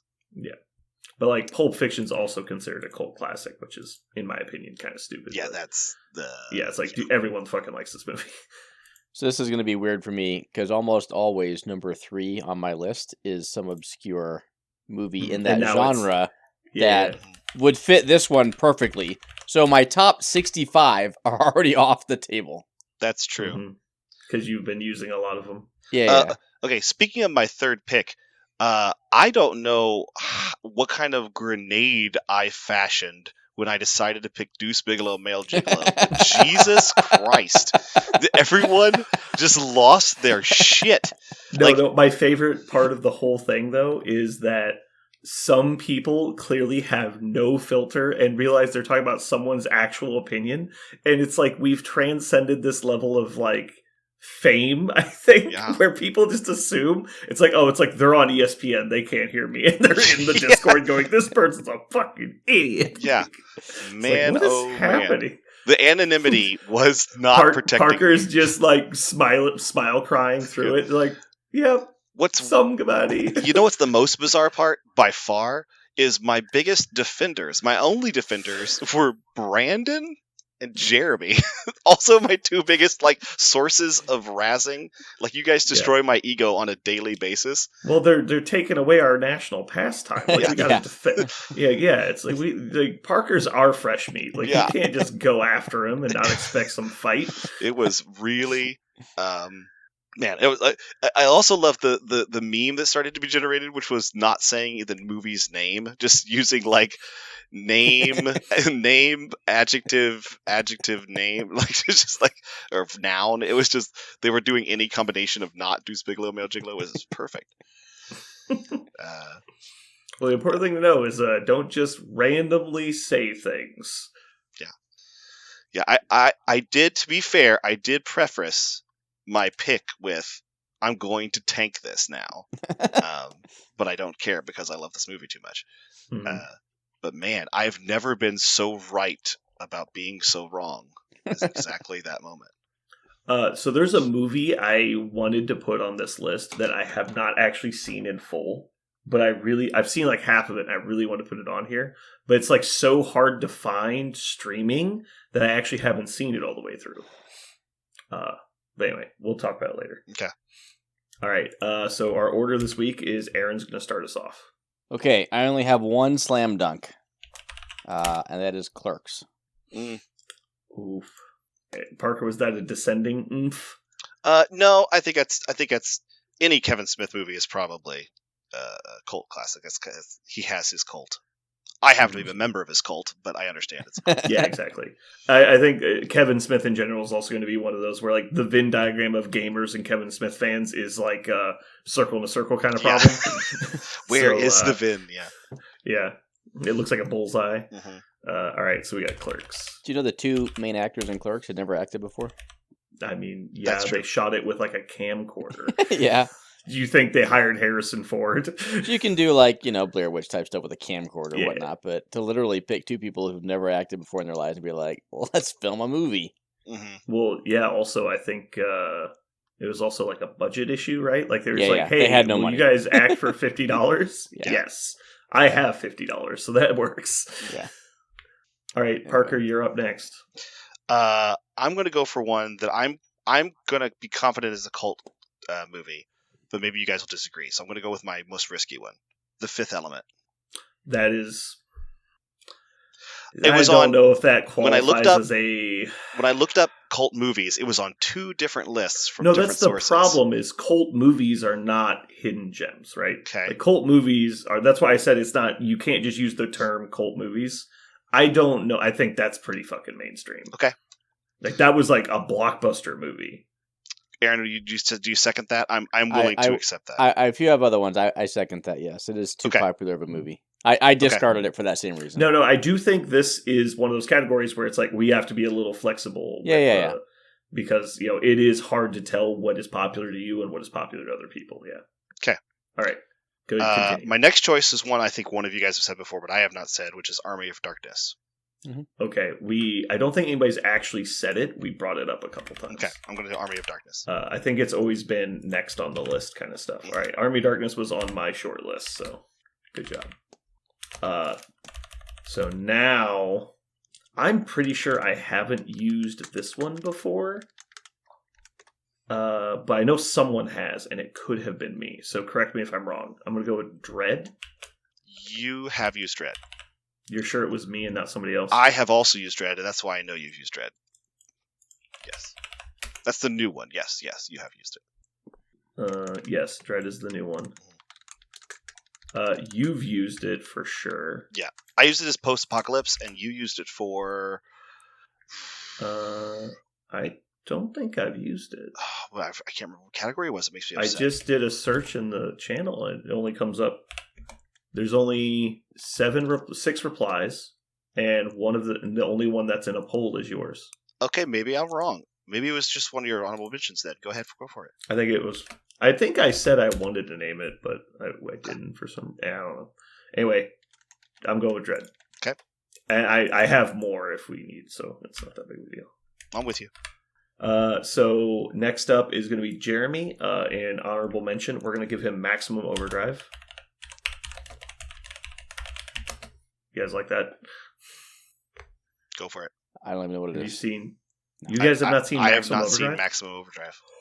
What? Okay, wow.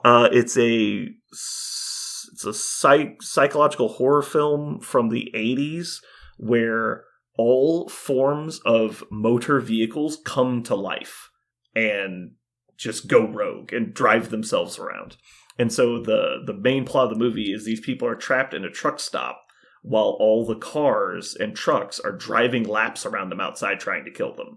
Also, apparently the soda machines. I'm watching a trailer. Yeah, it's machines in general. Yeah. It's like a lawnmower kills its owner. Like it's just this like supposed to be cheesy B horror film, but it's actually amazing. Okay, wow. I assumed you guys had seen it. I didn't even consider you hadn't. It's Emilio Estevez. I just watched him hip fire a rocket launcher. Oof. Yeah, no, it's a great oof. movie. Oof is right. The whole movie is just a oof. All right, and then we're going to go with Runaway. Runaways? I think it's Runaway with Tom Selleck. That's another evil robot movie. Oh, I love it. Okay, Did you just now get? I see what you're doing here. I made the joke, and you guys didn't get it, so I had to keep going. I see what you're doing here. Yeah. All right, so coming back to me, God, there's so many I want to do, but I really want to pick this one too. So I'm gonna go with Serenity. Oh, great choice. I missed that one. Mm-hmm. Great. Yeah, choice. I know. I caught that one pretty early. Okay, Parker, you're next. I'm gonna go with Napoleon Dynamite. I totally forgot that was a movie. Yeah, we traded movies that we both could have picked. I feel like the opening scene where he throws the action figure out of the bus window with a string on it. Like at that scene, I was like, "Oh my gosh, this movie is going to capture everything about people that are young." You know when you have that like really annoying person that's around you a lot, and you hate them, and then they like something way too much, and so you just have to hate it. Oh no, that was Napoleon Dynamite for me. Oh no. And so I saw it years later, and it was entertaining, but I just couldn't get into it because every time anything happened, I was just reminded of this like nail on chalkboard person that I had to deal with for a long time. Oh, I'm sorry. But anyway, it's a good pick though.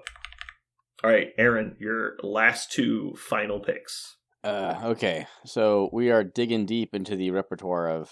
I saw these at some point in my life. Falling Down. Mm-hmm. That's the Guy Goes Postal thing? Yep. I have not seen it. It is a fantastic looks like it's got movie. funny clips, yeah.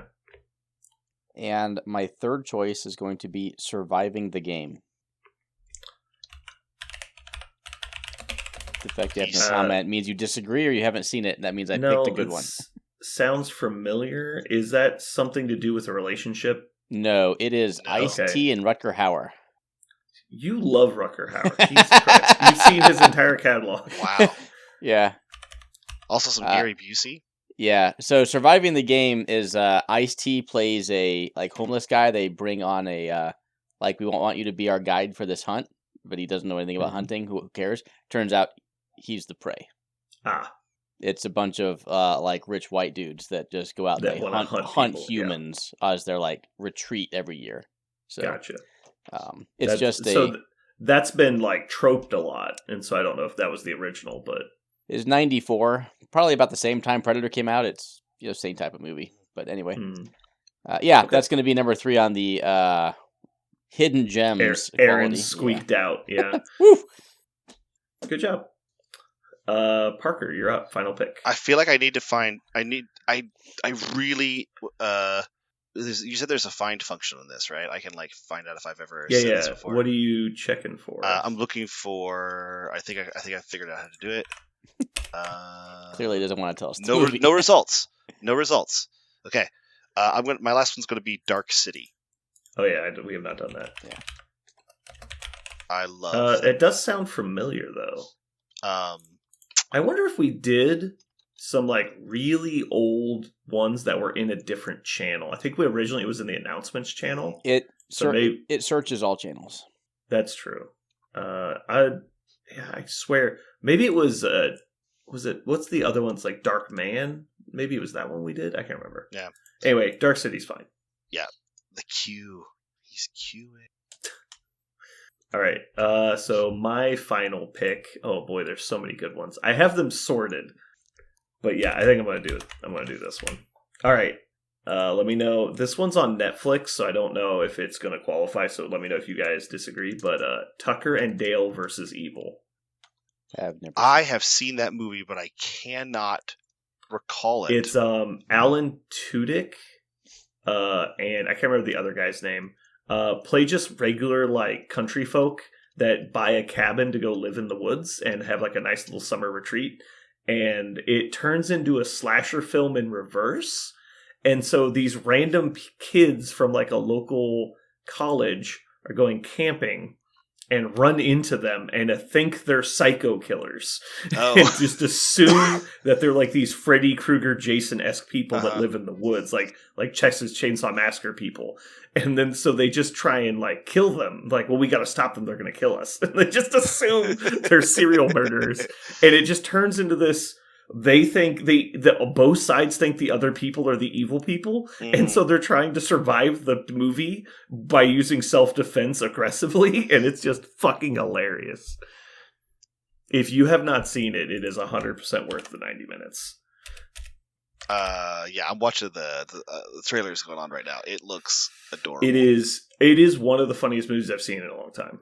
And Alan Tudyk is just a fucking gem to watch in that movie. It's like Alan Tudyk at his best. Yeah, I'm not gonna lie. I'm not even listening to the audio, and the acting from everyone not Alan Tudyk is just looks just awful.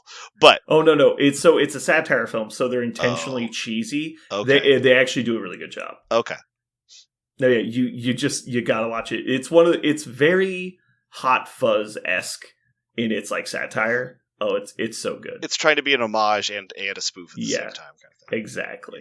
Yeah. So then final pick for Jeremy, we're gonna go with Robot Jocks. Why are you trying to make him win here?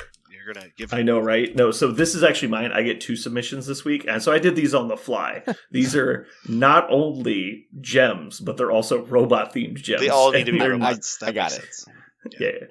And so then Jeremy also sent me his actual submissions this week that nobody used. So I'm going to put that in, and we have a red herring. And so people will vote, and then we'll see what they really want. Clearly, they're going to want robots. Well, hold on. They're going to... Oh, wait. So we're going to have 5? We're going to have 5 this week. There's going to be a fake one. Okay. Just like when we had the scary movie segment. Okay. For a second there, I was about to say something about like diluting the vote, and then I went, "Wait a minute, this is stupid. Why would I talk about this at all?" I had the thought crossed my mind to make a serious comment, and I went, "Wait a minute, why would I give a shit?" This fake made-up thing we're doing is no longer fair and balanced. I quit. That's exactly what I'm glad how he got there in the end. I started to think. Well, also, like if you actually think about it, it'll actually help because all the people that were like just randomly voting for the stupidest one will now be voting for one that isn't your competitors. I actually think every week we should do a red herring that's intentionally bad, and if people pick it, they lose their voting rights for a week. Aaron's like, I'm not doing that. Nor should you, but that's okay. Aaron, do you have any announcements to make? Am I supposed to? For the the December challenge. Blank. You don't want to? The Patreon challenge. Oh, well, it's in the Patreon channel. Yeah, but you might want to tell people. Well, fine. Don't do it then. I'm not doing it. You can't make me. People not in the Patreon channel don't know what you're missing out on. That's why it's a Patreon channel. Mm-hmm. Get in the Patreon. You can find out all about it. Yep. Alrighty, cool. Well, yeah, that's all I had for today. Me too. Do you want to talk about the Shohei of the Otanis? Yeah, I do.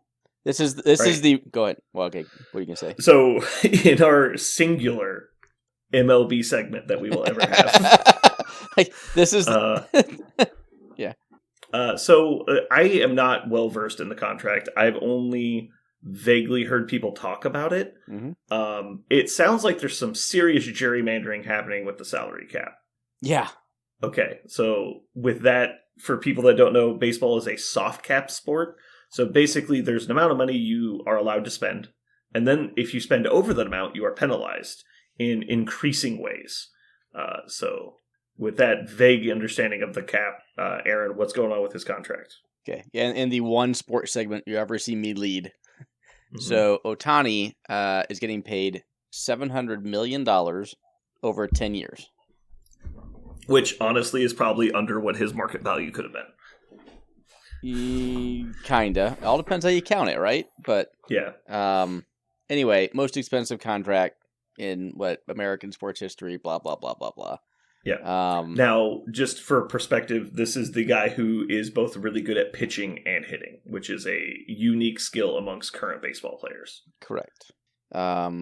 Anyway, so how much of his salary in the next 10 years is he going to actually make as a percentage basis? Parker, what do you think? How much of his salary? Mm-hmm. So they've done this thing with his contract where he's only being paid a amount of his actual salary. Part of his salary is deferred. Yeah, deferred. Okay, so it's a $300 million contract. It's $300 million. Think of it kind of like your dollars. taxes. Like they're going to withhold an amount from your paycheck and give it to you at a later date. Sure. It'd be like So- if you make $100,000 a year and you have $10,000 a year deferred, you only get $90,000 a year, and you only make that other 10 at some point in the As future. a bonus at some point. Yeah. Sure. So the contract was $300 million, right? So just $700 million over the next 10 okay, years. I missed it. Okay, so Yeah. $700 million over the next 10 Yeah. years. Yep. So that's $70 million a year. Uh-huh. If you just do the simple math. So how much is he making every year? How much is he actually going to make? What percent is he actually What's his making, and annual what salary? percent is going to be deferred, do you think? Don't give me a number, give me a percent. I'm going to say he will get paid. I have no idea what the reference. So I'm going to go. He'll get paid 25%, and 75% will be deferred. I really don't have any reference though. Okay. So No, Well, it's supposed to get- most of it is 0% deferred, 100%. People want to yes, get paid when they work, right? but I'm guessing So- about this cap. I'm guessing this cap thing. That This number is a so new thing. This is not a common thing. right. This So- I'm guessing. Yes, people just get paid all the money every year they do the job. I assume that's the way it usually goes. But the cap, they're so nervous about hitting their cap to pay all their other players. And this number is so big that I'm guessing it'll be 25. I'm just throwing out a number, 25% of it. I guess. Sure. You are high by a factor of 800%. He is only making 3% of his salary over the next 10 years. And so I'm just to confirm that, because I assume that's the only reason to do it. That means he's only making 3% of his annual salary on the cap. Correct. That Right. counts against his cap right now, or the Dodgers cap rather, is $3 million a year, Yeah, for the best player in baseball. right? Yeah. So what this enables them to do, and this was his, from what analysis I can read, right? Obviously, I wasn't there in the room, but he was the one who proposed this massive deferment of $670 or so million That way- dollars. They can massively gerrymander their cap situation. Right. So and now allow them to buy more players to try and make championship runs while he's in his prime. Right. So all you're doing is totally front-loading or you're back-loading all these contracts to have a 10-year, like, superstar team, a la, LeBron in Miami or whatnot. You're just going to decimate the competition and then completely mortgage your future. Like, I don't understand how this should be fair, balanced, and legal. Like, It's not, it is but so beyond the normal, unbalanced MLB that I even have a problem with it. Like, it is just horseshit. I definitely think this is going to just immediately cause them to create a new rule.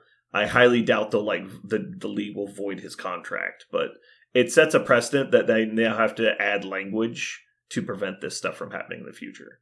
Yeah. Because why wouldn't the next contract the Dodgers sign have the same thing? Like, just keep doing it.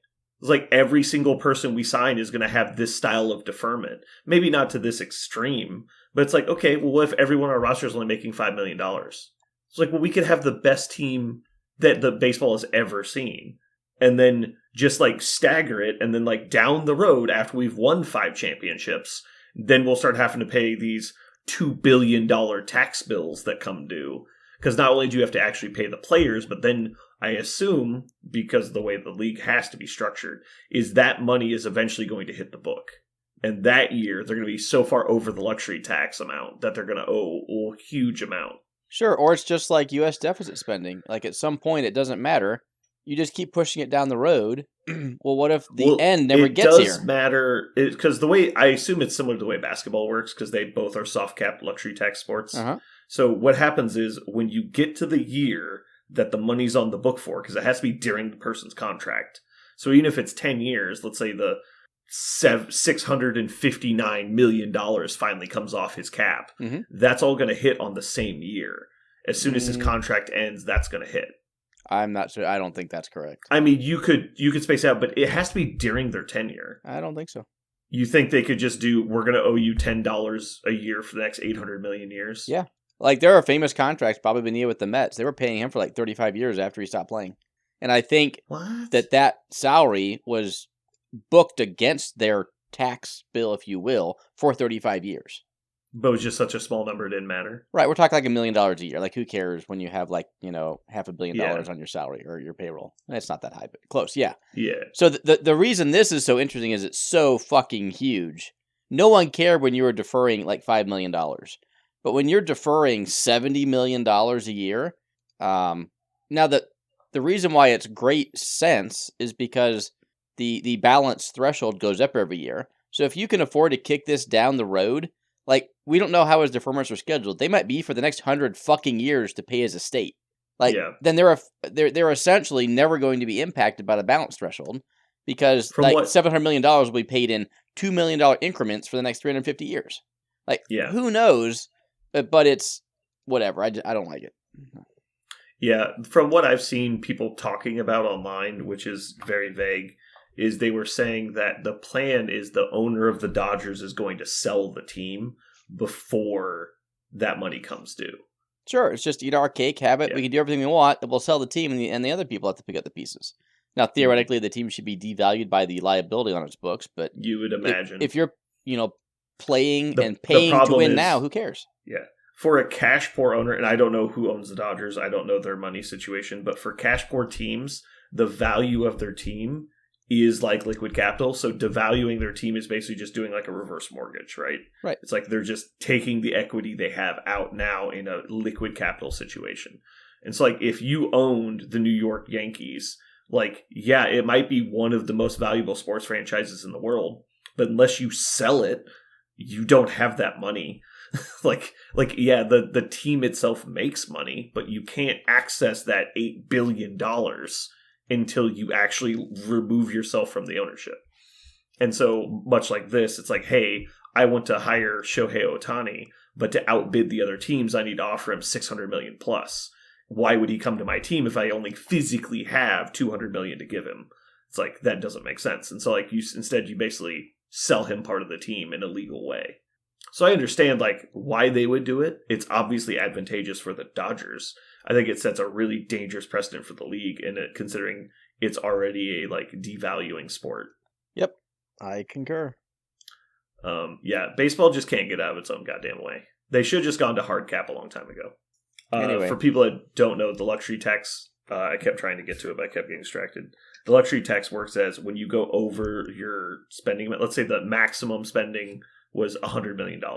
Well, if you spend $200 million, that means $100 million that is considered a luxury tax. And then they have expanding tax brackets as you get higher and higher to where you have to pay them an additional amount of money on top of the money you actually spend. So let's say if the max was 100 and then every 10 million you go over is a 10% additional tax.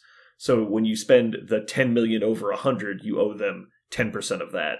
Then the next 10 million, you owe them an additional 20%. And then the next 10 million is an extra 30, all the way up. And so every additional million keeps compounding to bigger and bigger numbers. And so that's the way basketball and baseball and a bunch of other sports have worked for a long time. The issue is that like basketball, it became so lucrative to overspend that the teams that overspend were making more money than they were losing. So they very recently went in and doubled their tax brackets. And so there's now a whole nother section where if you spend over double the tax, it like quadruples every time. And so like they had to add in a whole other bracket because that wasn't enough of a deterrent to stop teams from overspending. Because there are teams like New York, Miami, LA that just have so much revenue from their sports franchise that they can just overspend like crazy. And then small market teams like, Green Bay, Milwaukee, Kansas City, Nashville, places like that just can't keep up because they don't have like the annual revenue to make the difference. But yeah, so it's interesting to talk about this stuff, I think. But if like that happened in football, I'd be fucking furious. And there's already been a bunch of times where like really weird shit's been going on. You're like, why is so-and-so like working for like 1/4 of the normal salary? And then like they talk about like, oh, there's under the table handshake deals that when so-and-so retires, they're going to get 10% ownership of the team. You're like, well, that's super fucking against the rules. So like they can't offer them that shit. So yeah, I just hate when, I hate cheaters basically. So it's all annoying as fuck. Well, all right. Fun random baseball rant. Alrighty. Well, hopefully everybody had a good time. So good. So good. It's so good. Say a prayer for Johnny Five and Jeremy still in the hostage situation. Oh, you know what? Situation. I'm gonna replace Robot Jocks with Short Circuit. Oh yeah. What were you thinking? I was actually going to suggest iRobot, but that's a little too mainstream. Yeah, that was where I was actually at first too. Yeah. I was like, nah, that's gotta be definitely Short Robot Circuit. Jocks. The funny part is I think half the people in the Discord have seen Robot Jocks, and it's such a weird, askew movie that, like, there's no reason that should be true. but Short Circuit's definitely more up the alley we're going for. Yeah. I love this. This is so funny. I guess I could replace Runaway, but I think Runaway is definitely more in the vein of what we're doing. Runaway could be Chappie. If you want to do Chappie, that's fine. It's about a robot. Has some hijinks. It's basically Short Circuit with more action sequences. I guess in the action sequences, I don't know if Short Circuit even has one. I'm to think about it. Yeah, they shoot like a laser at people for a while. Your mother was a snowblower. Anyway, hopefully you guys had a good time. Goodbye.